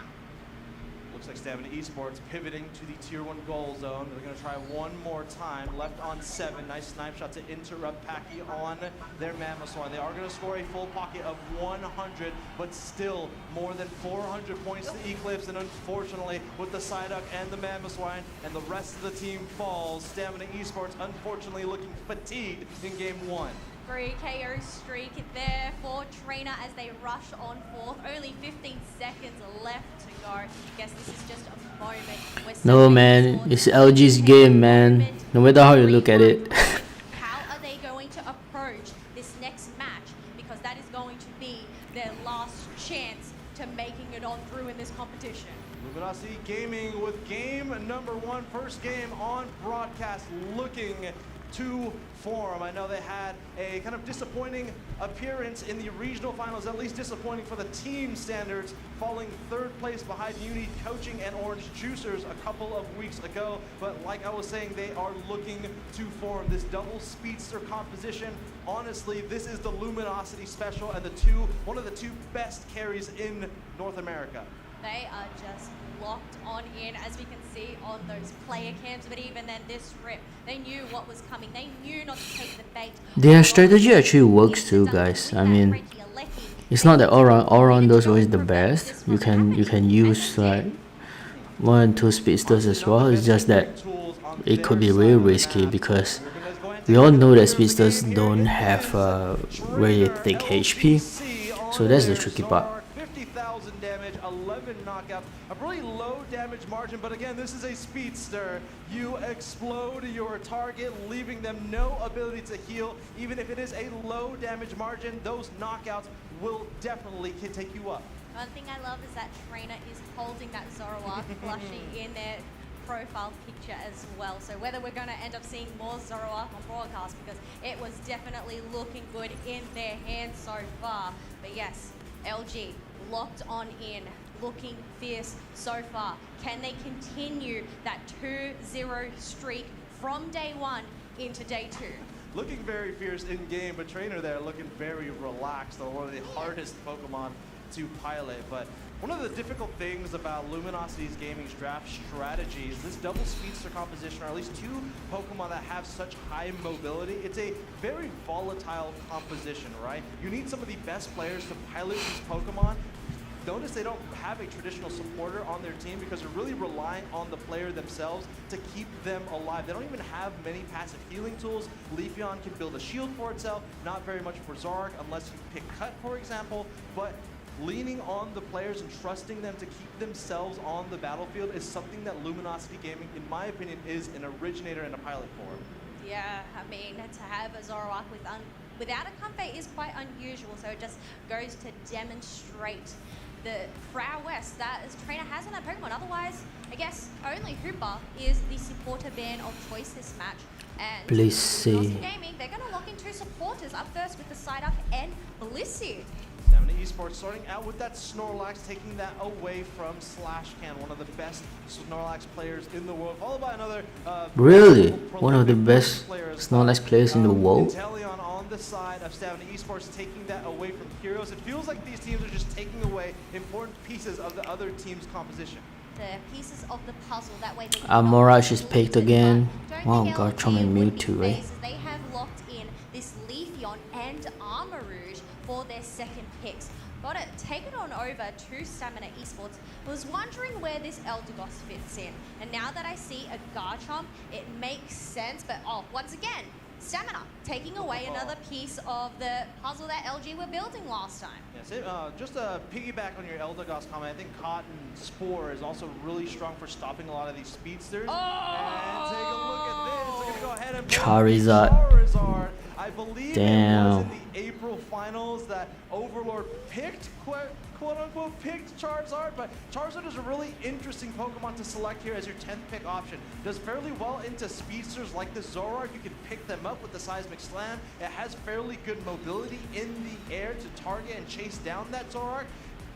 Other Pokemon here that don't want to receive a Seismic Slam, maybe that Inteleon as well. We'll just see how fast Overlord is able to get to level 9 though. One thing I am noticing is they have the Cursed Bangle on hand. Garchomp, That is Zoroark, going to slow down Snorlax. that regen that Stamina have, even though it is quite limited if we do have that It's quite hard to tell, guys. Obviously, that self-regen. I have to say LG, but even then, their draft is more untypical, they're definitely looking to bring but this it's next very game. promising. That's all I can say.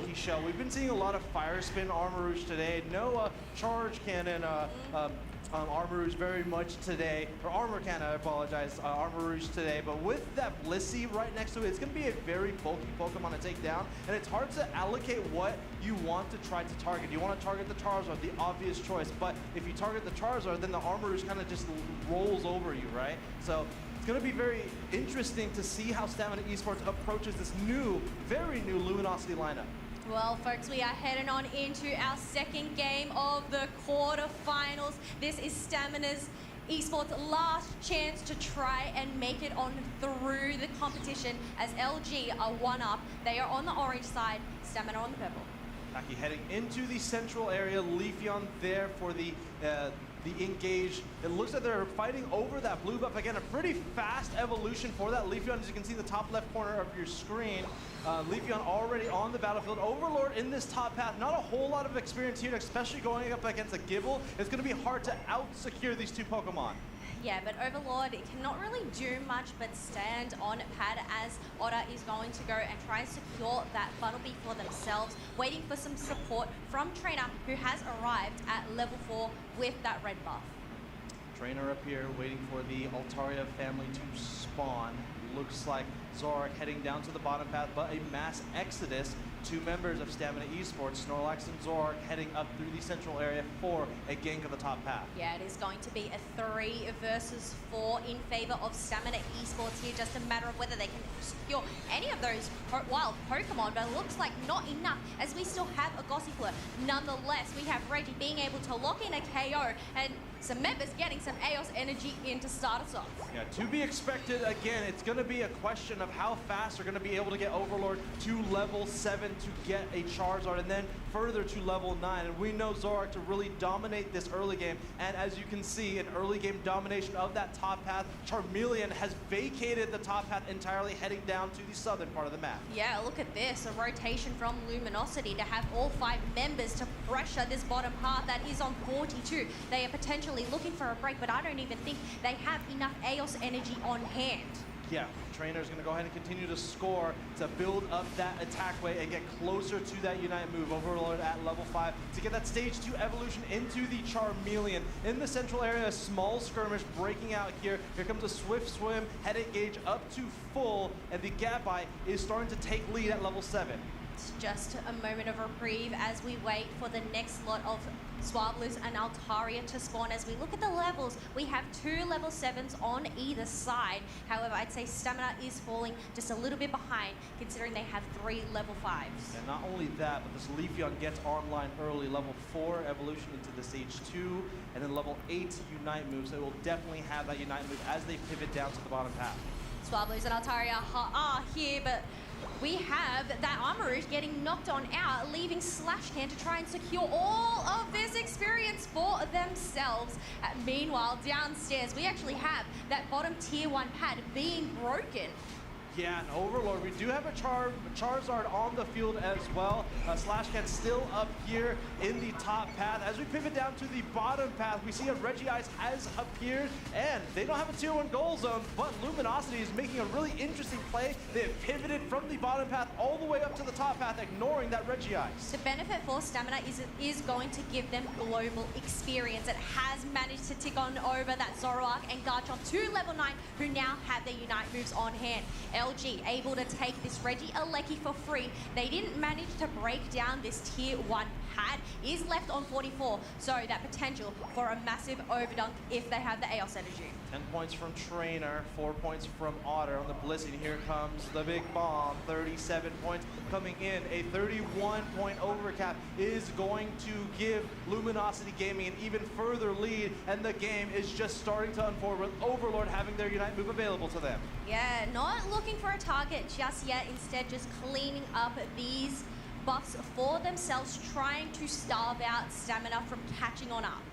135 to 226 as we approach the halfway point of the game, and Luminosity Gaming is taking more risks now. They have broken both tier 1 goal zones. In terms of experience economy, Stamina Esports will have more experience for the remainder of the game unless Stamina Esports breaks one or both of these tier 1 goal zones. Yeah, that is the benefit over to them, and you can see it reflected with the 3 level 10s now over on their side. So slowly catching up. Otherwise, Overlord ends up getting sniped. But here comes the Bliss assistance to shoot across the map and save them from getting knocked out. Overlord deep in enemy territory. They do have a Unite move available to them, and Eldegoss the first to be burned to a cinders. Here is the Seismic Slam, finds the Garchomp, responds with a limited outrage of their own. Otter on 1 HP and a Dream. Unfortunately, that Dream turning into a Nightmare, and Overlord find themselves blocked out by this Snorlax right now. It looks like Slash is trying to find a way to Overlord, but here's the Leafeon for the support.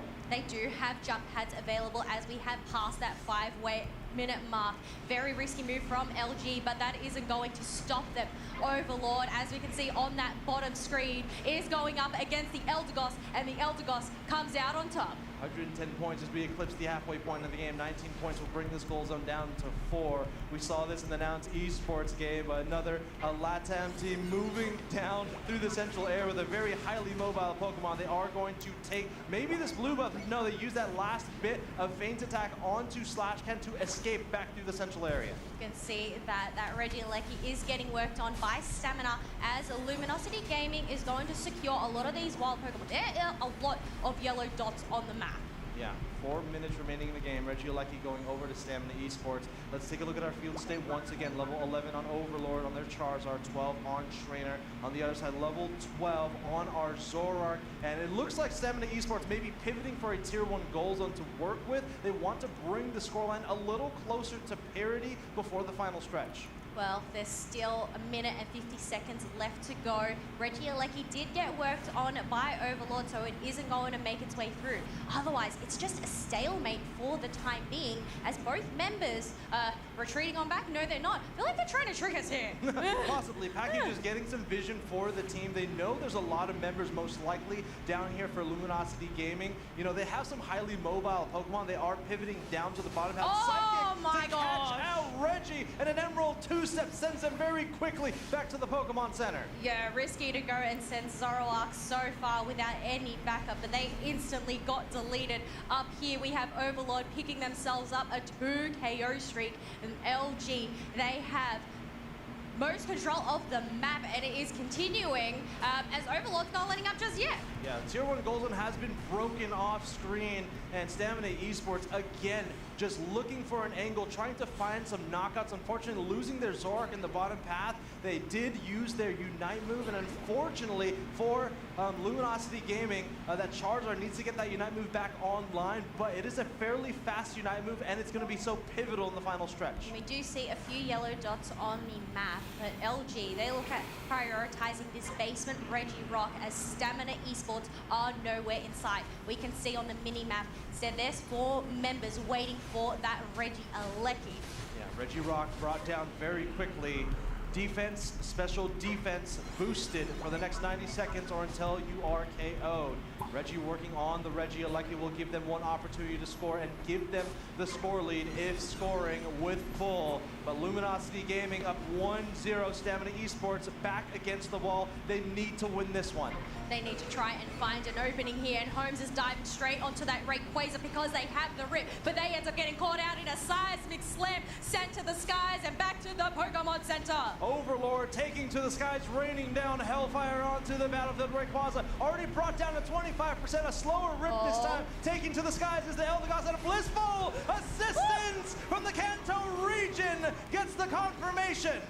Otter with the secure for LG. We've already had a few dreams broken here today, and it looks like Stamina Esports, their dreams of making it through is slowly slipping through their fingers as Luminosity at 325. It's not too much of a difference, but we can see that some dunks are going in that home base. Armarouge scoring 100 on the tier 3 goal zone. Otter just being a nuisance on their side of the field, and Luminosity Gaming first time on broadcast, looking stronger than ever, taking that momentum from game day number 1 into day number 2, not losing a single game yet this weekend. I think thinking about this match, the movements were so precise from LG, not moving a step, even though there was that stalemate. It ended up being that Zoroark, and from there, I mean, even though Stamina managed to catch up in the levels, it's these choices that LG that they're making all right. Here we go, Packy, one more valiant stretch through the bottom path.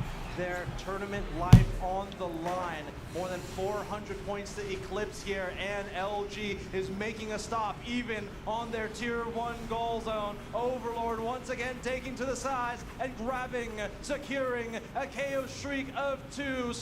Can getting the final knockout of the game with the Psyduck. Frank being closed in by Luminosity Gaming, and they will be moving on in the final stretch. 2-0 all day yesterday, and they are going LG is really to strong. that streak LG is really strong. 2 at NAIC. Luminosity once again are looking very strong. They have the Yeah, it's title looking of the really tier strong. LAIC, and That's all I can say. one step closer towards that hat trick if they can secure the title of NAIC 2. Building that Infinity Gauntlet of trophies from the ICs. One of the best teams in the world to do it, and some of the best speedster players in the world.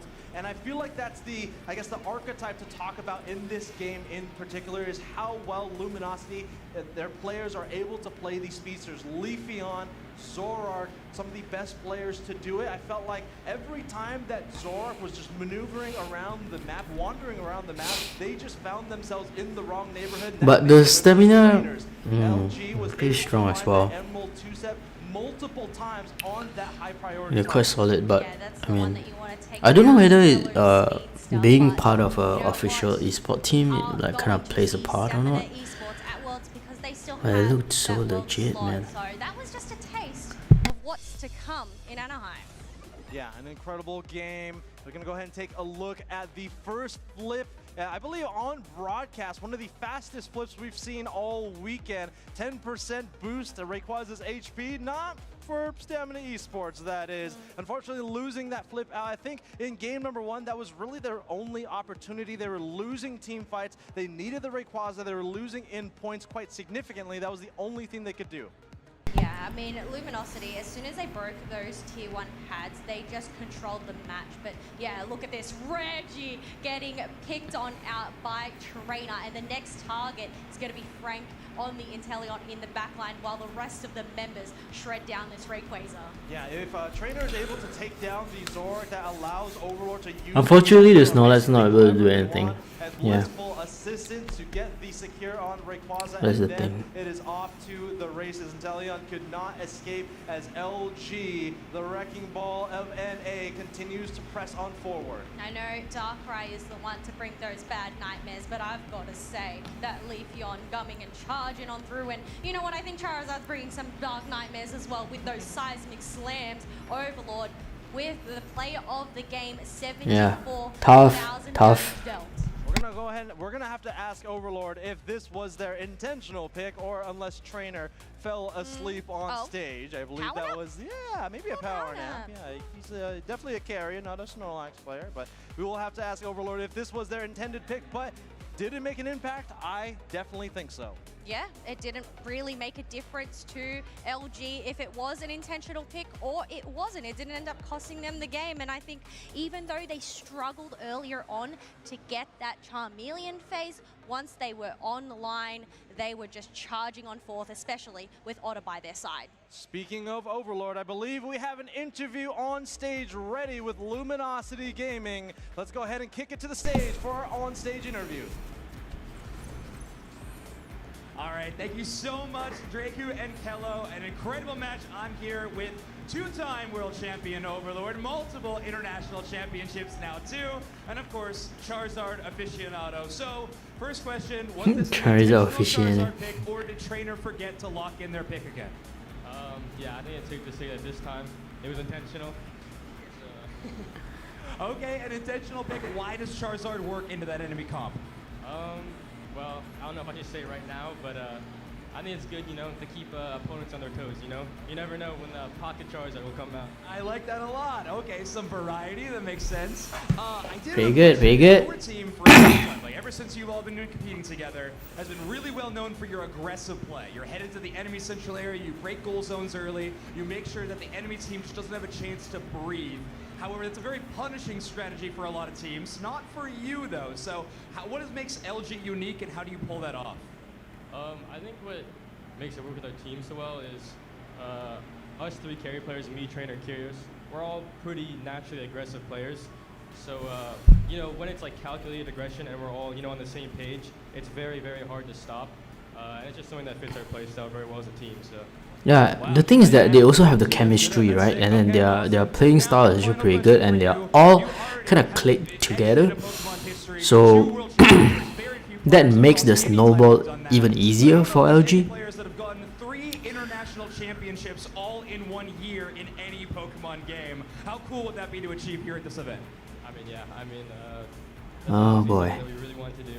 When can I join the LG team, huh? Alright, I feel like snaking something. I'll get something to it. Be right back, guys.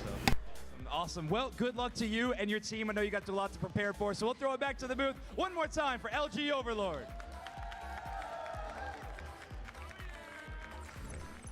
Thank you so much, Zoinks and Overlord from the booth. Welcome back to the Caster's Desk once again before we kick it off to break. And what an amazing event we've seen so far. And day 2 has been all about Zoroark. Who can play Zoroark the best? I feel like every IC, because there's very little ping, this is the Pokemon that is always a Pokemon to watch, Kello. You know what? Ping or no ping, I cannot play Zoroark at all. So I have got to say I admire those players that have mastered this Pokemon because it is hard. It is expert after all.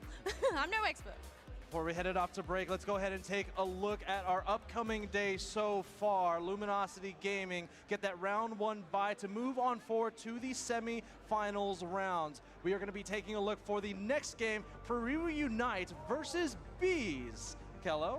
Yeah, the Bees, they haven't secured themselves a last spot, but I've got to say they are going up into a Titan for the Unite Championship Series. Otherwise, later on, we'll have the Orange Juice's Nouns Esports game along with Revelation and Daybreak.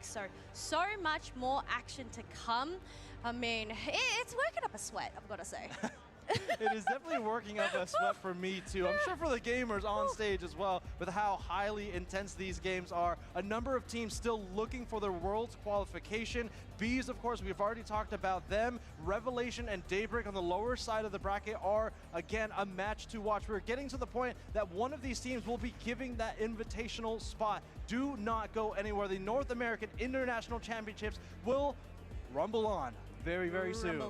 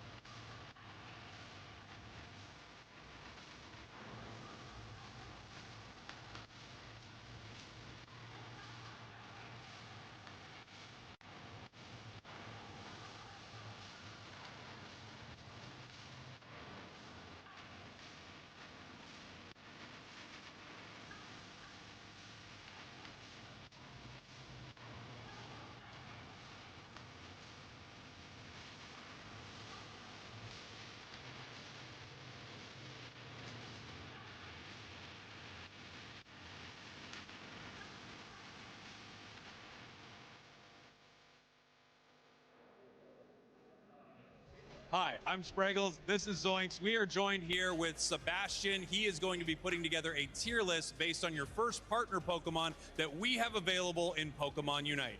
Take it away, gentlemen. All right, Sebastian, your first option's Rowlet, a very good one. In a Decidueye, where are you putting it?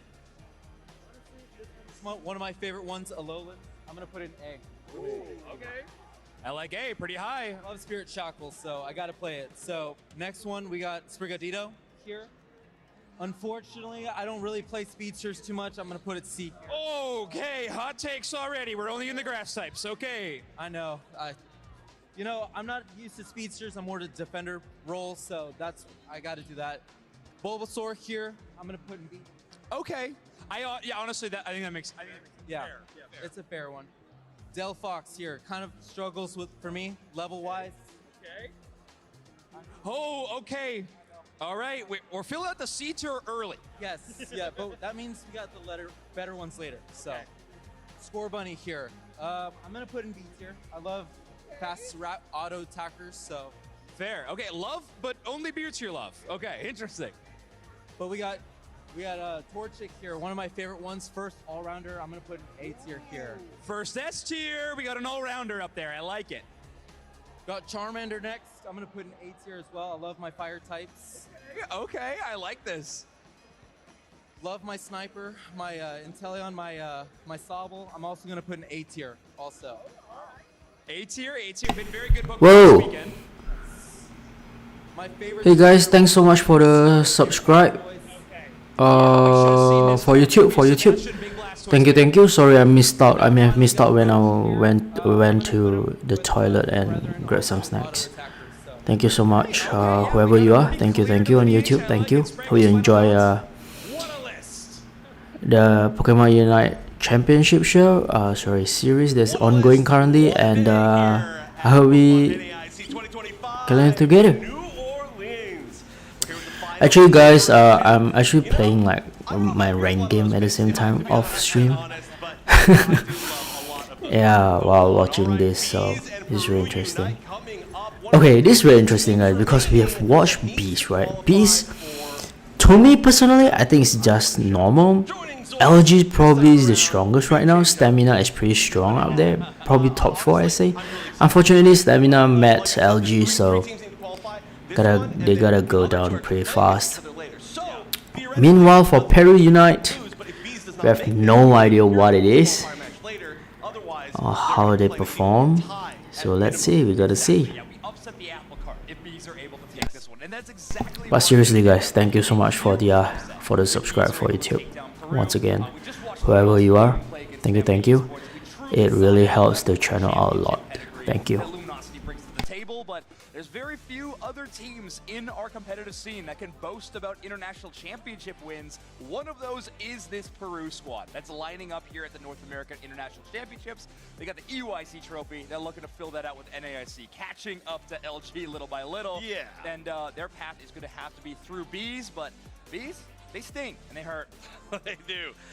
They are looking quite good. Again, our team true. that probably we expected to see the least out of all of the teams to make day 2. Again, Okay, I'm actually in the middle of cooking something, so I'm gonna come back and wait for it to finish.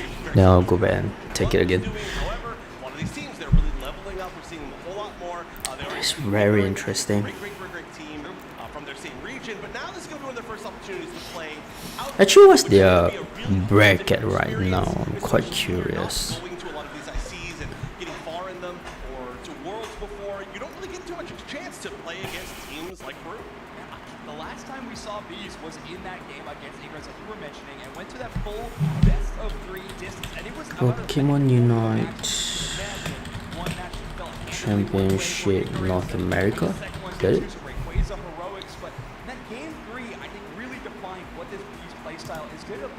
Oh, there you go. We got it. LG is already in the semi.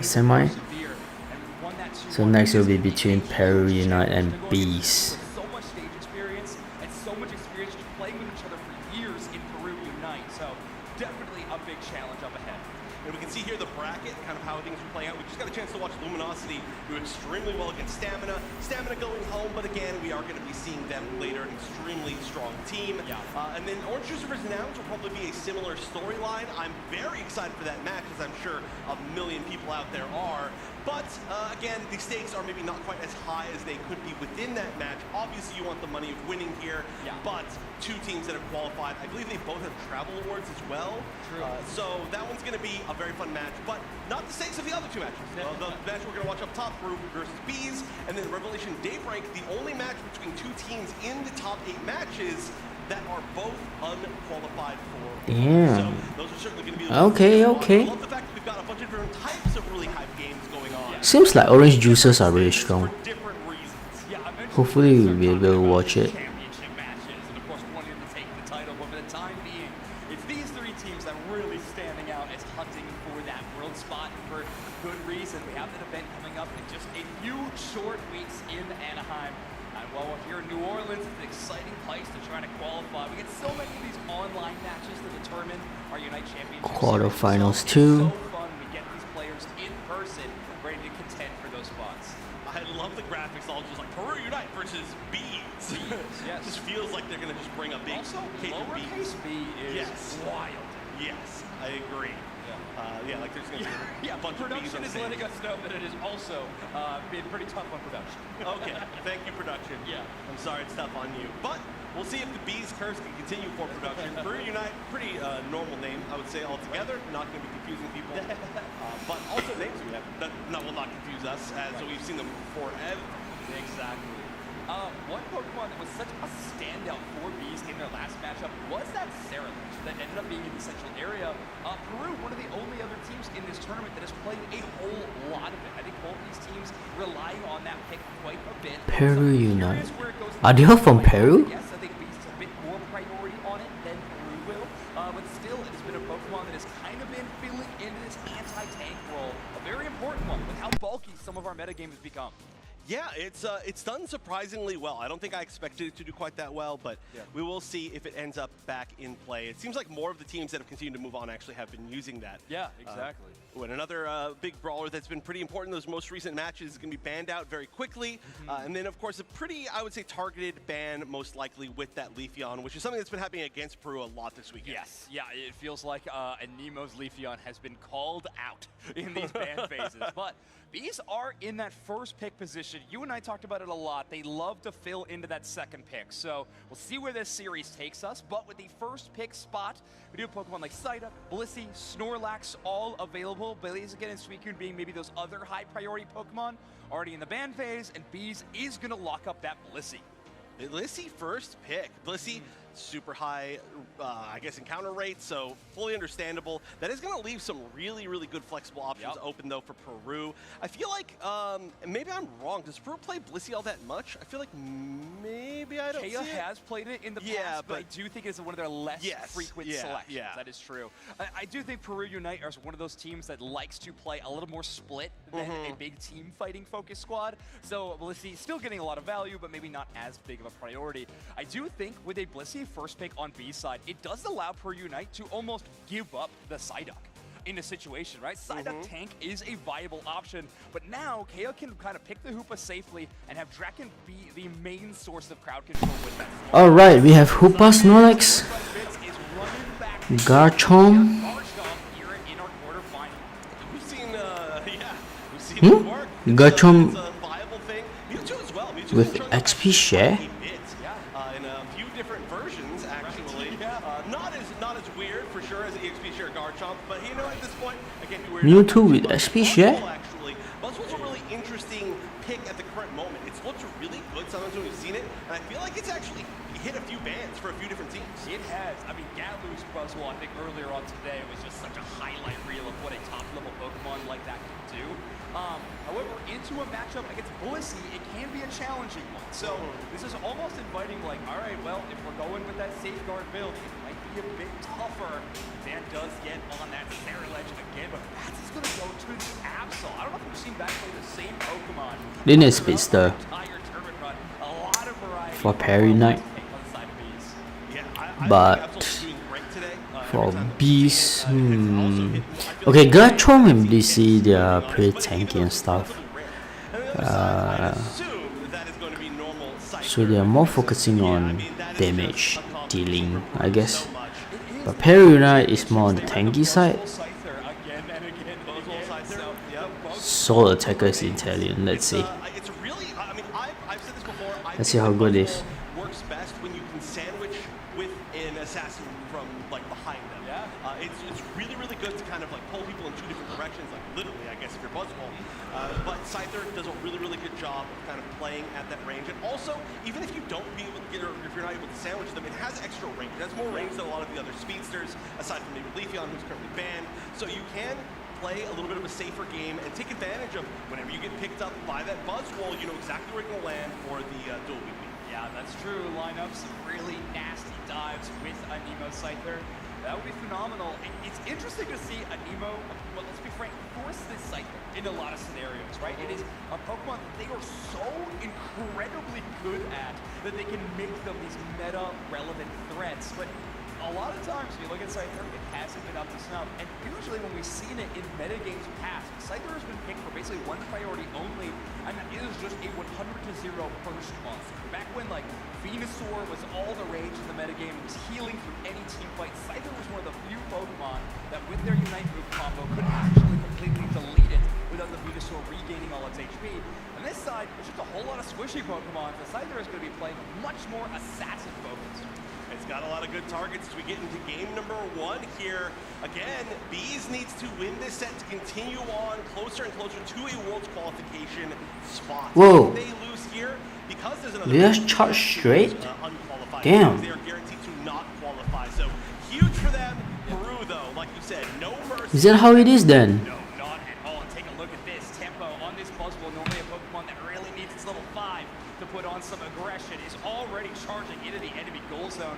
Okay. Why is it super stats time and not normal stats time? That's what I want to know. Wow. I love super stats. I super soul slam. Super soul slam. That makes Oh my god, the Buzzwole. Super stats Now time. this is my favorite stat though by far. People know. Ooh, the Scyther is here already. Oh yeah. So very interesting. I love TV. Damn. For them now due to their jump pad differential. That's a pretty big difference. I also like the number of hats. That's always That's a really fast early game, I have to say. cool snap back that Hoopa does. Yeah, I saw it's pretty late. I mean, they tried. I actually didn't pay attention whether he tried here. Oh, whoa, woo! That Snorlax and Buzzwole combo. And Scyther as well. That goal zone is left at just 26 HP. That was actually something I was going to point out early in the draft. But oh, watch the Wow, they are really. How do I say? anything that they want to. I like this. They go all the way to your opponents' Rather than fight them to say, okay, maybe we can steal it. jungle area. This is certainly This is bad. They're so under level at this point. Oh my god. what a perfect way to get back. I was gonna say I assumed they weren't gonna go back in, but they all went back through. They say no area is unsafe for us. We are winning this well. And hey, look. Yeah, I actually thought that they wouldn't be coming back. They actually came back. Oh, yeah, I didn't even think of the middle jump pads. Wow, this changes every up. All right, well, either way, Wow, they picked clean, eh? they do have a very small score lead, but level-wise, Bees had a rough start. I have to say, Bees had a rough start. Dude, the Scyther and the Buzzwole is level 8. no response from Bees. They're still There's waiting no on way. Pokemon There's to no way. hold their EXP share Pokemon only at level 5. Same with the Saraledge. Now, you know, I was talking about how when you slam somebody with the Buzzwole, you can line up a perfect dual wing beat, but you can also line up a perfect snipe shot, which is exactly what So we just you see, saw. there's the one thing that's unique about Buzzwole is that I believe that is the official legal term, gnarly. Buzzwole That's true. All right, Dan, clearing these Pokemon and swap is commonly picked, but the skill combo that they picked is always different. And this Scyther is insane, dude. Whoa.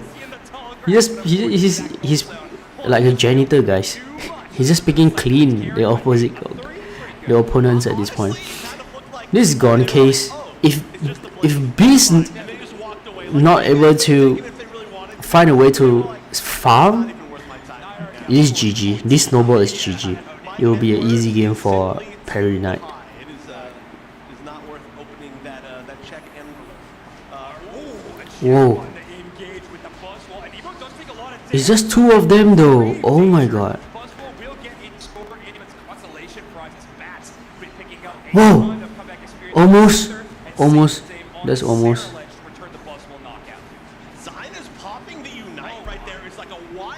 Wow.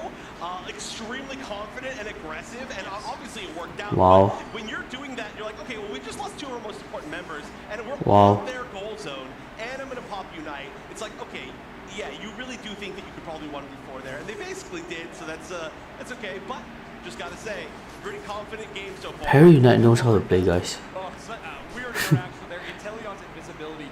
But I'm not sure whether they will be able to win against LG, because their game style is like it's like those ranked game, but played really well. That kind of mechanics. But in terms of professional playing, I'm still not convinced in a sense, if you get what I mean. Whoa, but the Italian shot is like 100%, guys. The rate. Whoa, the Snorlax is pretty good.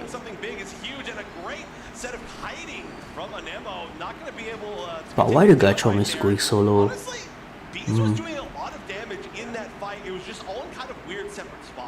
But I don't know whether you guys noticed when the Garchomp was going to go in, and then Snorlax used the shield and then he just got blocked there. Wow, that's pretty cool.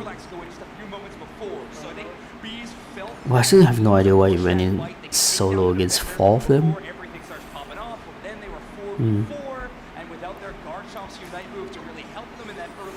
The Scyther is really good though. Damn. Looking at Nemo, looking for maybe a back cap alongside another member with 40 points, so they might be able to take on that goal zone. Does not look like they're gonna go for that much. That missed one shot. Wow, the shot got it again. Poking up top, I think that may have been a little bit more of a distraction than anything else. Popping the Unite to try and stay up, does manage to win that fight. Oh, this is gone case. One more KO. Everybody diving in to try and at least trade something. That is going to be a pretty good trade no matter what happens. The Scyther is a janitor, guys. Look at that. Look at that. That burst damage. It's insane. I guess I know why Perry Unite drafted their Pokemon that way. Each of them definitely have their own skill sets, which kind of shines on their own. Which is crazy. Like individually, they're all pretty good. Like Snorlax, the timing is really good, man. For Snorlax, that's the thing. For Inteleon, the shot is like crazy. Scyther, oh my god, it's the janitor. Buzzwole, yeah, you can tell that there's like full of confidence there. And the positioning of the Inteleon is pretty good as well. He always like jump back or jump forward so they can get the shot. Oh my god, it's the... Wow. If the Beast not able to find another strategy to tackle them, this is GG. Because at this point, they cannot fight one-on-one, right? They are very under-leveled. And the Pero's pace is really fast. They need to be able to snatch back the momentum somehow. This is gone case. Yeah, this is why I was like, this is actually not really good. But in terms of their gameplay, something's lacking somehow.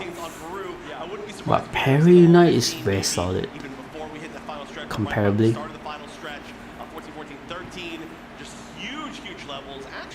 Yeah, huge level difference. I mean, dude, the Inteleon and the Scyther is already level 14, Buzzwole is level 13 before the Rayquaza comes out.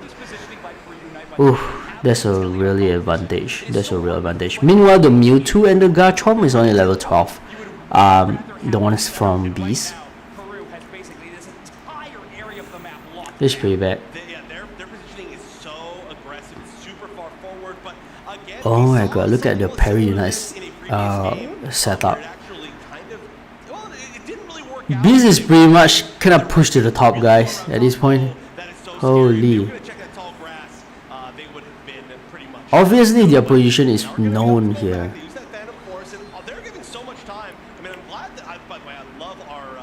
Okay, Snorlax. Snorlax got the eye. Okay, Snorlax probably informing them right now.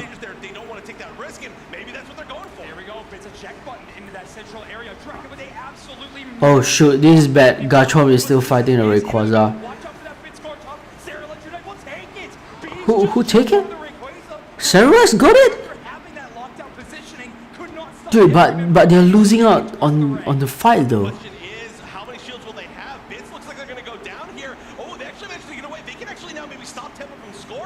They're going to win as long as they possibly can. The big question is how many other shields exist? It seems like they're pretty much all gone, and this is going to be a pretty clean defense. Are that shield still up on damage? Oh my god, the boss wall is so strong. It's like one person on its own. None on Blissey, none on at least 3 members. So I think it's Absol and Mewtwo the only ones that we have. So guys, this is one of the cases where Beast was able to steal Rayquaza, but they were totally losing the team fight. So this is what happened. They were not able to push. And Buzzwole alone was able to hold like 4 or 5 of them. Sorry, 3 of them, if I'm not wrong, 2 or 3 of them. I would say it's still the Prairie Unite. I'm surprised they didn't push just a little bit earlier. I felt like there was a pretty good chance that they... Yeah, somehow... Wait, let me think. Yeah, Prairie Unite won. But they would have had the opportunity to win, and at that point, clearly there was just no opportunity to win. Even if their full team wasn't there... Can't because Beast lost the... Wow, what an interesting situation with them losing all of their Rayquaza. They can't... Yeah, this is the one. This was very fatal, to be honest, because this kind of set the first momentum for Prairie Unite. When they all jumped in, and then it's just GG, yeah. And then the janitor started doing his job. And then he missed that one. Otherwise, the Blissey would die as well. This one is crazy, guys. There was only Scyther and Buzzwole, and they alone like can war down the opponent that much before the Italian came and cleaned them up. Oh boy. And the Italian still managed to score. Look at that. Their aggressiveness is top notch, man. Yeah, okay, so watch the Blissey does Bliss assistance into the middle of the map. Snorlax is the only form of crowd control, but Vitz is far enough away to not be knocked up by this power nap, so they're able to rip it down until the Cerulege is relevant to get that last hit secure. But all in all, our Player of the Game award is going to go to Tempo on this Buzzwole. Surprisingly low amount of damage, I think, in that game, but their value was so much more in the knockout and crowd control department. 57,000 damage and 6 knockouts for Tempo from Peru. Right, I mean, I think one of the big reasons, I tried to explain this twice, and every time I did, something happened in the game. But I think one of the big reasons why you choose Buzzwole right now is that it's still one of the few really good meta top path brawlers that is strong from moment 1 of the game, right? I think we're going into a lot of top picks that maybe aren't immediately strong. I mean, you know, for example, like Blaziken's a good example where you don't have time to hit your power spikes before the Buzzwole can start bullying you. And they played such a strong early game that the late game, they didn't need to do as much because they enabled their teammates to pop off. Yeah, that's true. Yeah, it's interesting. Those first few levels can be difficult on Buzzwole, but you're right, it's nothing compared to a Torchic or something like that on the other side, or even like we've seen a lot of today. Game 2, game 2, game 2, game 2. Let's go, game 2. Come on, Beast, do something, Beast.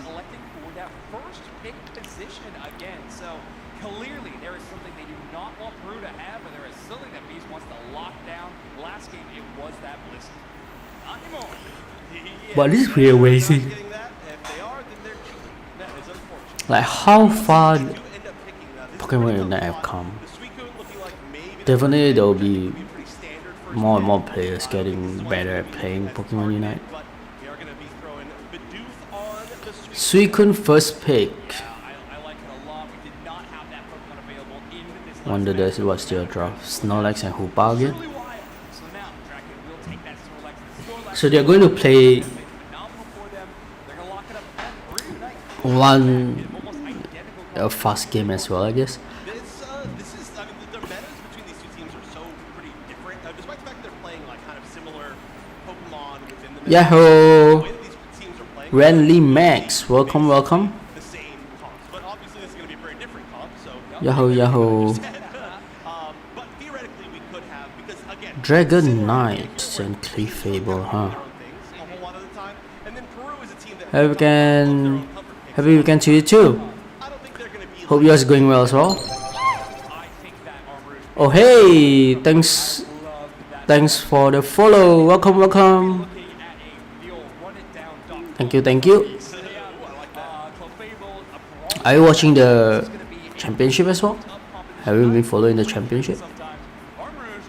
That's great to hear.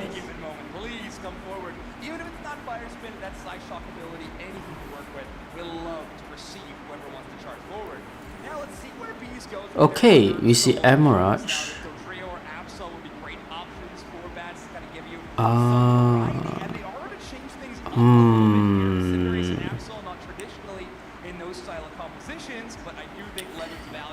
Okay.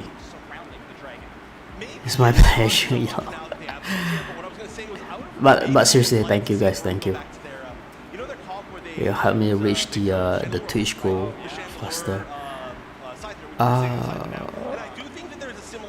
Wow, is he going to play Scyther again? Zarini Armorage. Zarini, huh? Zarini.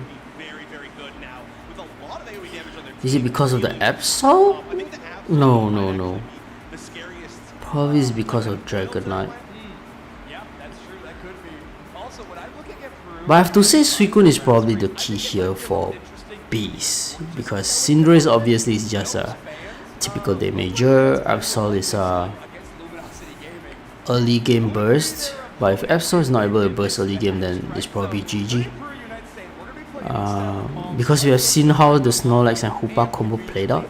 It's pretty good. The Scyther is crazy. Scyther and the Sarini. Sarini was previously a Buzzwole. The Scyther Buzzwole combo is insane as well.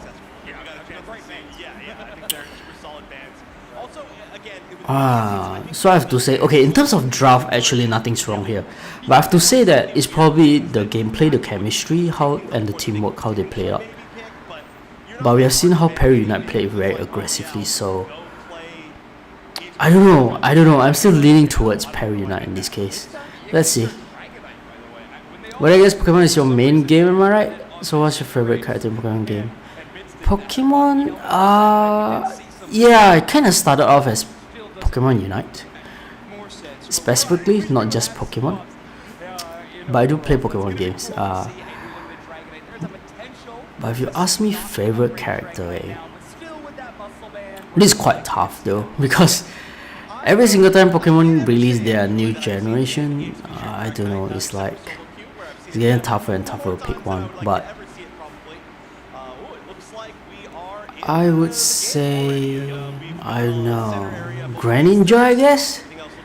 I don't know, I just find Greninja real cool.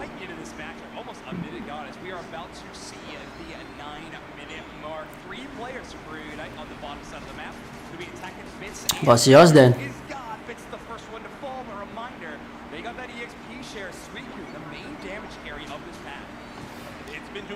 Now this is what I said, this is what I meant, guys.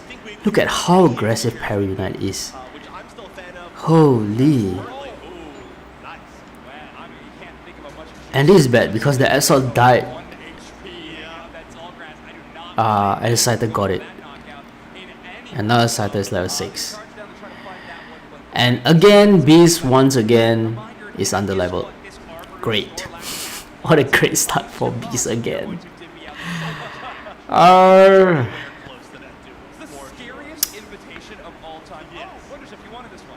But it's still pretty equal, I have to say. The momentum is still not there yet. But it's starting to go towards Perry Unite here. For the momentum and stuff.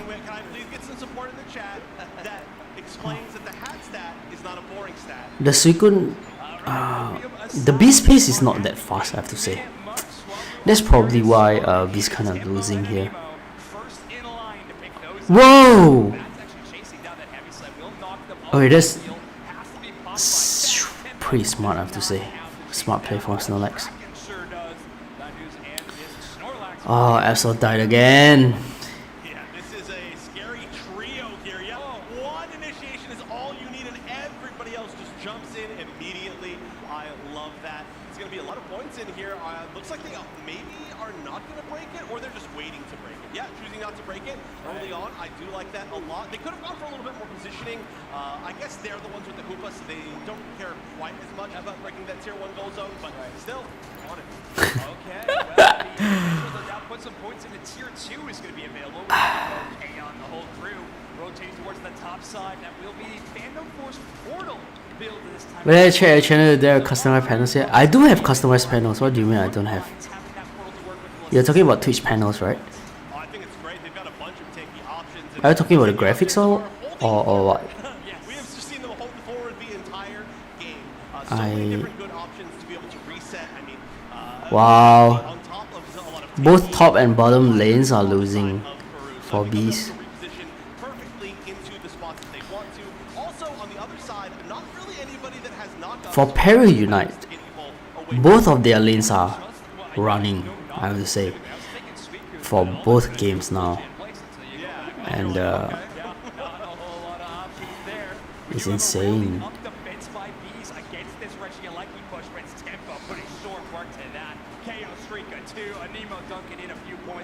It's real bad.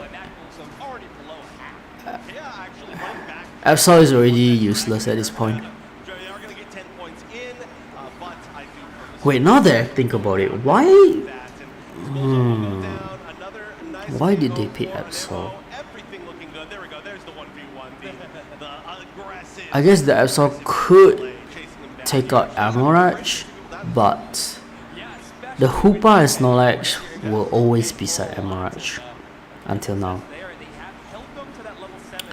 Absol is a bad idea because Absol is pretty paper at this point. Oh boy, this is tough game for Beast. And I have not seen the Dragonite perform at all. Oh, this is bad. Even the Suicune is not able to do anything. The Suicune is just supporting at this point. Cinderace is not able to do anything as well because there's no body for it. Dragonite, the only body, not able to do anything. It's not enough. It's not enough. Cliffable's healing and Dragonite's body is not enough. It's crazy. Oh well, another GG games. Bye bye Beast. Let's go Perry Unite. The one silver lining, or how our Beast could start clawing our way back into this game, is they finally have unlocked some Unite moves. Dragonite, Cinderace, and there's the one to start with Cinder. Dragonite secures that red steel. They can take out this Snorlax. It could be a start of something special with Draken. Other things in mind. Block trying to separate the Clefable from the rest of the team. A very aggressive Hooper portal by Zinus to bring the team with a red carpet forward. And Nemo not afraid of being only at half HP. Instead, a Unite move to execute that Suicune.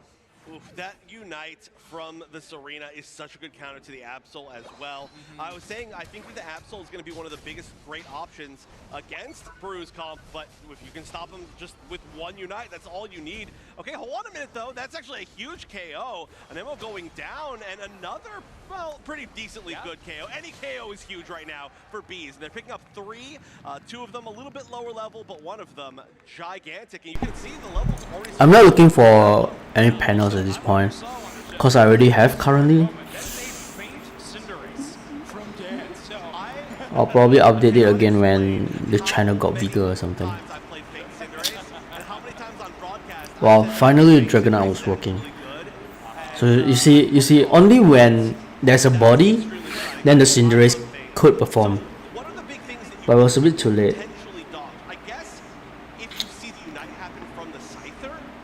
But let's see. Because the Snorlax Hoopa game is still very strong. But that said, the Cinderellae should play very smartly over here. Cinderellae should aim not just anybody, but those with higher damages like Amaraj or Saito, these two probably. If they are able to down these two, Beast probably still have hope. Look at this, look at this. Saito, Amaraj and Sorini.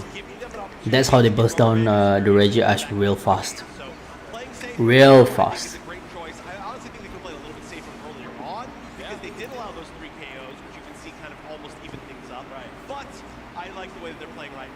Oh! They should score now. They should score now.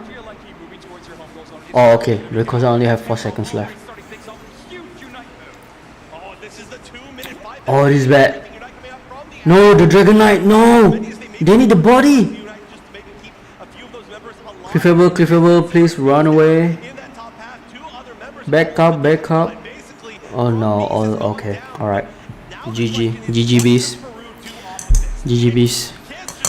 Okay, if there's one thing that I notice here is that Beast team fight is not that good. Oh boy. GG. JJ. Beast team fight is not there. Beast team fight is not there. That's the whole. Yep. Look at how fast they move, guys. It's insane. Perry Knight is insane. Their team fight is pretty good. The problem here is that when the Dragon Knight moved back, I don't know why they were still in front. They should just start to run away the moment Dragon Knight activated the ultimate skill, so that at least they have like a full team to fight on for the Rayquaza. But they didn't. That was bad. That was bad move. No, they are not able to win this. Yeah. Because they still have level 12s. Meanwhile, Perry Knight has like level 15s. This is bad. GG. See you on the next game. As far as matchups been slightly different, we could easily have seen them in Anaheim, but I do hope that again we get a chance to see them in the future remaining as a team, because they played great even against teams like Peru. While they were losing a good amount of the time, they made the close comebacks a few times. They had chances. Yeah, what a fantastic showing from Peru, and that means that these will be bowing out of the event at this moment, but on the back of a great tournament run. Like you mentioned, Peru, what a squad. This Latin America South team, I mean, they really do look like they could be headed towards your championship match on Sunday. I think that there is a pretty high chance. I think if we had to choose, I mean, we don't even need to make predictions because we're getting down to so few teams. But I know. Yeah, again, I almost feel like I didn't even need to say that many good things about Peru, because we just know that they're so good. They've showed it so many times. Yeah. They're one of the few teams that has traveled to nearly every event. Yeah. And so, for example, like them and Nouns and Luminosity and Orange Juicers, who are all still in this bracket, I think we've had a chance to see all of these teams so much, and Peru just continuing to show that they have been on that level, that consistently high level for years now. Yeah, oh, they're such a fun team to watch too. Another interesting thing about this team is who they're representing, that Latin America South region, right? Which has been a pretty intensely competitive region, as this year in specifically, multiple teams kind of vying for that championship spot. Peru's had a lot of competition. They did win the play-in tournament for this event, of course, but there's teams like Yanagarasu that have been so phenomenal that will also be attending your World Championship. So a lot of exciting things to look forward to for LATAM. Love all of our LATAM teams. Unfortunately, now 2 of them are out. Well, not now, but earlier. 2 of them are out, so Peru being the only one remaining. And so we will be seeing them later, but we just get a chance to watch all their amazing play once again. And they really were just in control pretty much the entire time. Like I said, there were certainly moments where Bees were in inches from making the comeback. Obviously, taking the Rayquaza is gigantic, but even in that sense, Peru doing an amazing job of defending was so impressive. When you have to understand kind of like how to win off the back foot after you've been winning, if that makes sense. Like how to do the best thing in a bad situation, or the, I guess, worst thing that could happen in a good situation. Yeah, it's such a tough opponent against Peru, but I do think you're right. They were making some really good decisions. I loved that Regieleki take before that final battle on the top side. It's the great moments, but in the end, it is Anemo with the Scyther, who had a 77,000 damage game and 14 knockouts, by the way. This Pokemon, you know, historically has not been loved by everyone here on the commentary team, but Anemo does still seem to be the exception. I don't know who you could be talking about. Certainly not the pair of casters that will be following us. But you get a win today, Zoinks. You get a win today because they can't be like, why does Zoinks think that Scyther's good? Because that was obviously some great Scyther gameplay. Yeah, Anemo just really makes the pick look on an entirely different level. Yeah, Anemo, and then I'm blanking on the name, but who's the Japanese player? Do you remember the name? Slime? Slime, yes, thank you. Slime loves that I've forgotten Slime's name like 40 times, and it's like the easiest name of all time. But both of them, I want to see them play Scyther Mirror. Top level. Okay, Scyther. Just 1v1. Scyther 1v1 side event at Worlds, please. Yes. I'll enter. We'll enter, but those two get seeded to Grand, so it doesn't even matter. No, and then we make Spraggles and Dupes next commentate. Yes, yes. Deal. Yeah, perfect. This is a perfect plan. Nothing could go wrong. And so Peru going to be moving on against Luminosity Gaming. I mean, what a matchup to go against. However, when you ask those teams who they want to play against the most in these brackets, I feel like, well, we've interviewed those teams a lot because they do very well at events a lot. That's always the answer. They want to play the guys on Peru, and of course the Peru guys want to play the Luminosity team. They are such a fun rivalry, and the fact that it's going to be a semi-final match in our tournament, I mean, that's so exciting. Right, I mean, we've got that one. We've got the Nouns Orange Juicers, which is going to be a very similar caliber to that. But I did just hear that our guaranteed next match is going to be on broadcast. Unfortunately for Dupes Snacks and Spraggles, it's not going to be a Nouns match for once. No, I'm just kidding. Very fortunately for them, it is the World's Qualifier match, our next match. So folks, it is going to be, Revelation going up against Daybreak. And I'm very sad that I didn't get a chance to cast that one. I think everybody wants to cast that one. That one's really exciting. Two names that maybe people didn't expect as well, and a final guaranteed decision. There's no like we're gonna maybe go to a tiebreaker. We might see what the other matches happen. It's gonna be that guaranteed. So I'm looking forward to that one. I'm probably just gonna sit right here and just watch it and listen to them. Yeah, we were scheduled to cast it, but then production saw this, and they were like, yeah, let's take them off of it. So, unfortunate, but it's going to be an amazing match. I cannot wait. I know all of you can't wait, so just begging you to wait a little bit longer. We'll be back with more Pokemon Unite at NAIC right after this.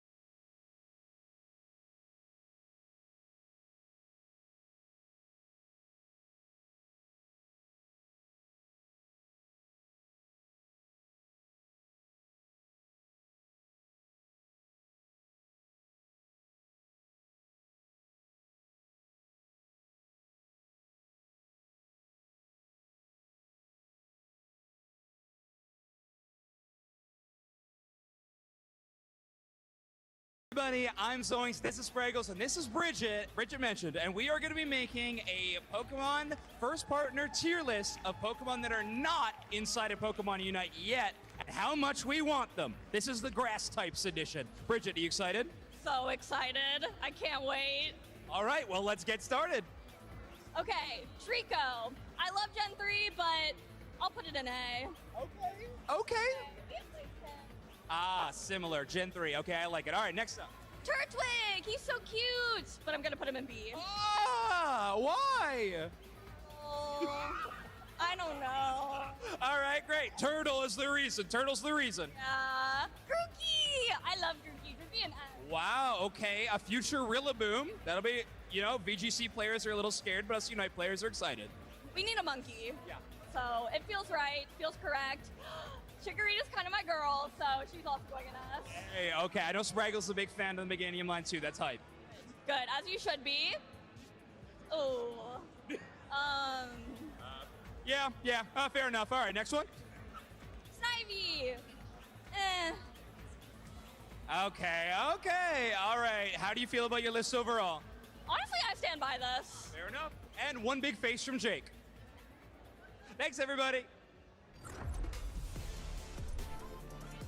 Welcome back to the Pokemon Unite Championship Series. Here we are at the final stretch, live in New Orleans at NAIC. And up on our stage, we have Daybreak from OC, Revelation from North America. And while we have some amazing matches coming this weekend, Dudes Next, this could be considered the biggest of all, because that final world spot that you earn here at NAIC in the final stretch is being fought over right now between these two teams. Every other team qualified, all ready for Worlds. So this is it right now. Someone on that stage in a very short best of 3 is going to find out whether or not they are heading to Worlds. Production's certainly happy you're on time, and I'm here. I'm on time with you right now, because this is going to be a heck of a match. We were talking about this a little bit before we actually got on camera. OC taking that second spot back.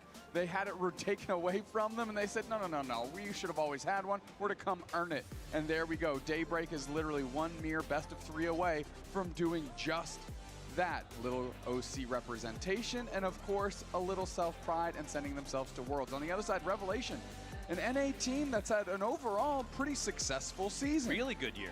That being said, they are now one best of 3 away for punching their ticket to Worlds. That's right, the little region that could. OC somehow possibly clawing that second spot back, and then you have Revelation in their way. One of the best teams in North America, not yet qualified for Worlds. Well, it's all coming down to this, everyone. Revelation is starting our draft phrase? Sorry. Starting our draft phrase. I've never done that, so I feel embarrassed for you. I feel good. But just know that it's okay. Don't worry. I'm actually going to leave. I'll come back when I can get it right. Perfect. That's why I rolled my sleeves up, because I knew I was going to do a lot of solo work. Here we go. Zarina ban, Comfey ban, Suicune, and Talion. What a draft phrase. That Zarina obviously is a target ban, which is some of our favorite things to keep track of throughout the tournament. Yeah. Because the teams that decide to go with target bans seem to find themselves in positions of success, and right now might be no exception. Yeah, there are so many good Pokemon in the game that it's hard to ban out something super powerful unless you know not only does this team play this Pokemon very, very well, but it's also very powerful. Right. But when you look at a Zarina, when you look at a Comfey, you are very clearly trying to shut down a strategy that your opponents have. We've seen Daybreak play things like Zoroark, Comfey to perfection. I mean, even like giving Luminosity a real run for their money with that combination. Now the question is, what do they want to do with some of these powerful picks taken away from them? Yeah, you know, I like that Daybreak has kind of found themselves in a strategy where they don't need to prioritize Snorlax at all. Foo's been playing a great Mamoswine all weekend long, and they clearly feel comfortable on that pick. Urshifu grabbed by Celestial here.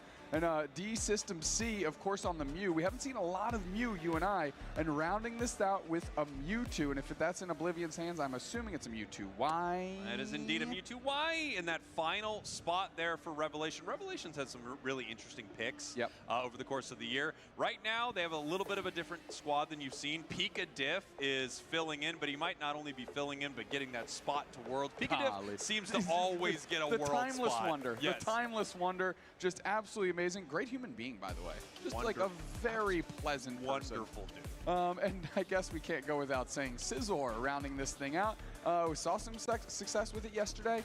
You know, that bullet punch, it really gives it a lot of sustainability. And when Joe locks in this Scizor, it's not like what we just watched with Peru. It's not going to become a Scyther. It is going to evolve into Scizor. I'm glad that you hit the Scyther. The Scyther? It's not just me screwing up. We both can screw up with the Scyther. You're right, but it is going to be a Scizor, which I think is going to be really interesting to see. We've actually seen some very unique picks out of Daybreak. And OC as a region, they play things like Azumarill, Scizor, a lot of Aegislash, more Aegislash than you see from other regions. And it's been working out so well in this tournament. They actually were target banned earlier for their Azu pick. So I want to see what the Scizor can do. You know, it brawls well. They have a lot of physical brawlers on the other side. Bullet Punch is pretty dang strong. If this thing is in an engagement, the longer it's there, the more value it brings to the team. So, you know, Daybreak is looking to keep that healthy for longer, and then on the other side, Revelation wants to shut that down early or just disengage from it. Yeah, of course. Revelation having a much more standard draft from what we can call it, say the thing. Here we go. Revelation, your purple team, Daybreak, your orange team. Again, one of our two teams here are qualifying for Worlds in a very short best of 3. Going into the top path, Luniere and Dispenza. Dispenza having a great day yesterday, specifically against Nouns when they squared off. And we want to see more of that out of them here, especially when you give yourself such a prio pick inside out. Yeah, it looks like we were playing a little bit of a safer clear on the side of Revelation there in the top path. Just getting what they can, deciding that they can't really battle against that Garchomp super well. And we've talked about this Pokemon a lot over the course of the weekend. Mew here in this bottom path recently received a couple of very nice buffs. Mew players are eating well with this patch. They absolutely are. Surprising, I thought we would have seen more, to be quite honest. Fu getting right into the face of Revelation. I believe that was secured by Revelation in that exchange. Fu have to go back, grab a berry, and you already see Celestial. Blue Bear mode. We're going rapid strikes. Yeah, we are looking to fight and brawl as well. I don't know if you really want to brawl into a Scizor, but both of them love to be up in the mix a lot. Here comes Scizor moving in for this fight right now. The birds are immediately gone. Scizor continuing this fight, chasing it down right here, looking for the KO on Bullet Punch. Amazing. But no, pushed away there by Dispenza. Huge. The Dispenza Surf right there was a difference maker. It split them off, Joe, from the rest of the team and allowed the real estate needed to get that KO safely. Yeah, beautiful play there from Revelation. That was very nice. Not able to pick it up with Scizor, although you saw how close it was. Without that disruption, I think that Scizor is able to continue pushing. I agree completely. Anon taking a lot of damage here. There's the Surf, pinning it against the wall.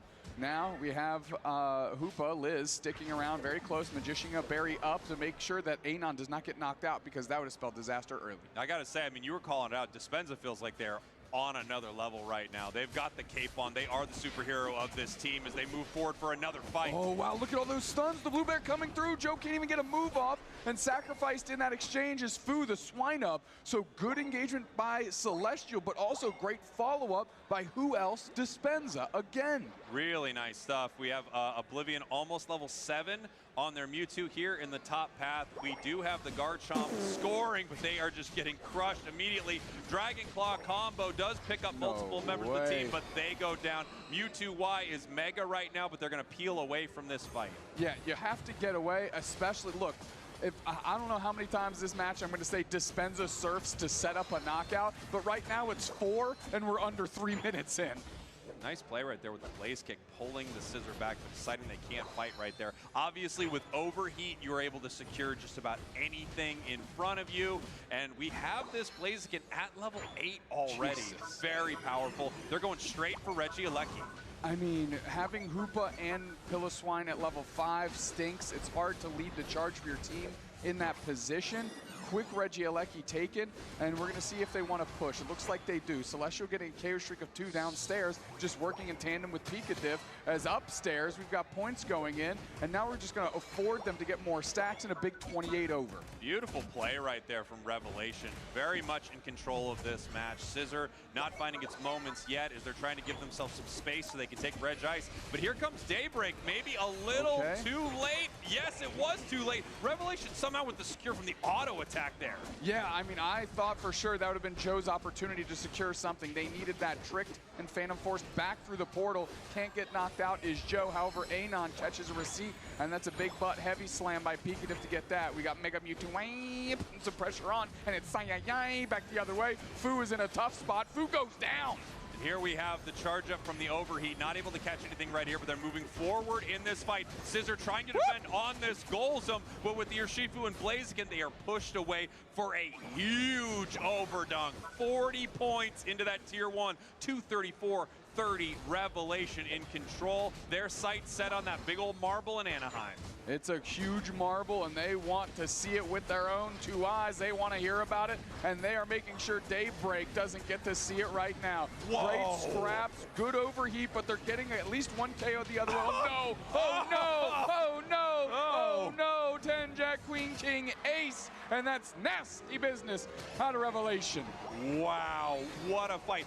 That eject button overheat from Blaziken catching multiple members. I think it was 3 members of Daybreak right into that fight, moving in with the fire punch and just ripping through them, cleaning them up, scoring in the bottom goal zone. Halfway through this match, and Revelation is winning by a factor of 10 so far. 316-30. Daybreak is, I mean, it looks like they got to pack their bags here if they can't change much. Yeah, pack their bags because it's to head home, not to head to Anaheim, where the world's largest marble. True. Yeah, you can pack your bags both ways. I guess everyone's packing bags. Correct. Everybody's packing bags today. Mewtwo Y Unite actually helped defend this pad in the face of 4, and now the Hoopa portal zips everybody back through, so they successfully defend the 4v2, and now they're trying to counter punch in the siege upstairs. Not too sure we haven't flipped these 2 screens yet because there's a fight going on. A Unite has been used. Celestial does go down, and there goes the picture-in-picture. There we go. Mewtwo KOs the Garchomp in the top path. They're not able to push that in, but I think they're feeling pretty good about their position right now. Battling against the Scizor. Scizor uses a Unite move, trying to pick up a KO here in the middle. They are going to stay around here for a moment. Bullet Punch, look at that recovery. Mewtwo Y coming in to try to make something happen. Big time power nap. Solar Beam not finding a KO. Scizor still fighting. Not able to get one yet. Finally, Mamo gets the KO. I mean, just shows the sustainability that Scizor has. You can see what they're trying to do here. And if they work well in tandem with Joe and give him the opportunity to get a couple bullet punches off, that might be the way to turn the tides here. Reg Ice going down here, easy to the Blaziken. We have the Garchomp fighting with a Snorlax. Rayquaza coming soon. Wall right there, some mean business as we have a Dragon Claw combo. And we're going to see what these two want to do. Oh, okay, here comes Blaziken. That's right. Blaziken just stepped up and said, hey, Sherlock Holmes, I'll help you solve this mystery. It's us. The one thing that I look at a lot is actually their skins. Because I know so many skins for my Pokemon. So it is very interesting. Urshifu and Blaziken both at level 13. On the other side, Mew and Scizor the closest things at 12 here. Dominant performance from Revelation. Ahead in every single metric. And they might be packing their bags in an exciting way. Yeah, because they're getting ready for war. Some people have to pack bags in a sad way. But that's how I always pack bags. You know what? It's a bit sad. Let's go. Wow.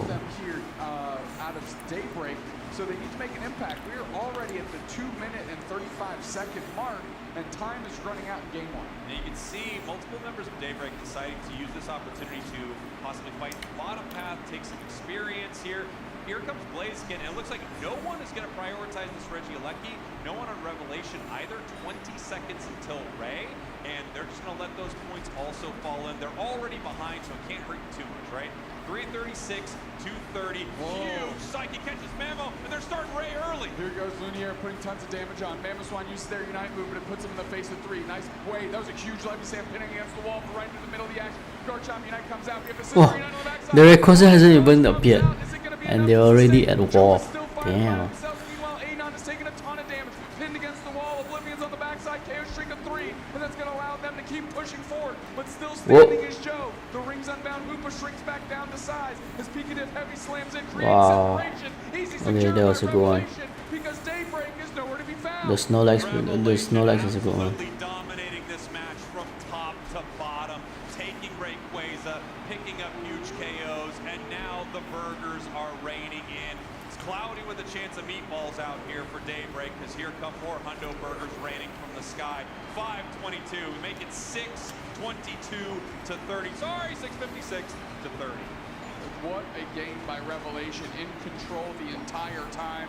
And now they are just one 10-minute game of Pokemon Unite away. Yeah, I have to agree with that. They are in control the entire time. On the other hand, Daybreak go back to the drawing board and figure it out, because that looked rough. Yeah, that was very tough for them. They had a very difficult match against Revelation. Just about everything went wrong. I feel like this is a, shake the Etch-a-Sketch moment, as you like to talk about. I think you have to get rid of everything here. Sizzler was not a factor in this match for them, and they had some moments where they were brawling decently well, but they were just, out. Wow, it's Snorlax. For me, I'm most concerned. I mean, Blaze gets up there. I am most concerned with that side up. Yeah, Dispenza's side up was crazy. Obviously, was The Garchomp totally missed the ultimate skill guy, by the way. But you know who the difference maker? It was like they just said, okay, that was your turn, Dispenza, my turn, Pikachu. Dispenza led the first half of the game, facilitating knockouts. The back half of the game was facilitated by GG. Pikachu. Because the only way Bullet Punch Scizor works is with backup damage coming in. The Garchomp was always split from Joe, no matter what. They never got near each other in these team fights. It was a heavy slam block, prio engage on Garchomp, pin them against the wall, create Well played. Okay, so we are going to end the live stream here because I gotta get some rest. But I believe their competition still continues, so you guys still can still continue to watch it. But thank you so much again, guys, for for coming by. Hope you guys enjoy this championship and you learn a thing or two as well. And of course, thank you for those of you who come by. Give a follow on my Twitch and then subscribe on my YouTube channel. Now we have 99 subscribers. One more 200 subscribers. Suddenly I cannot English. Okay, alright. Now we have 99 subscribers. Only one left to 100 subscribers. Looking forward to it. But again, it's all thanks to you guys again. Alright, thank you so much. Thank you. Stay hydrated, don't forget to drink up. See you on the next live stream. Bye bye. Mono Snorlax for an entire year. This guy is an OG Snorlax player. Oblivion popping off at the end with this Mewtwo and getting that KO Streak of 3 to really nail the last hammer the last nail home in the coffin of Daybreak's game 1. Yeah, he was nailing that nail. 13 KOs, massive plays there from Oblivion, and you saw him making plays throughout the match. We called that a couple huge Unite moves. It felt like he had some perfect plays with those. I don't know if Mewtwo ever went down in any of those fights, which is also, such an MVP moment. You've got this attacker frustrating your opponents. It has a curse incense on it, so you're also making sure that they can't heal as much as they would like, and you are a constant nuisance. Mewtwo is such a difficult Pokemon to deal with. Psystrike, Teleport, you're always able to get out of a bad situation and clearly put the pressure on in moments where it counted. Yeah, or put pressure on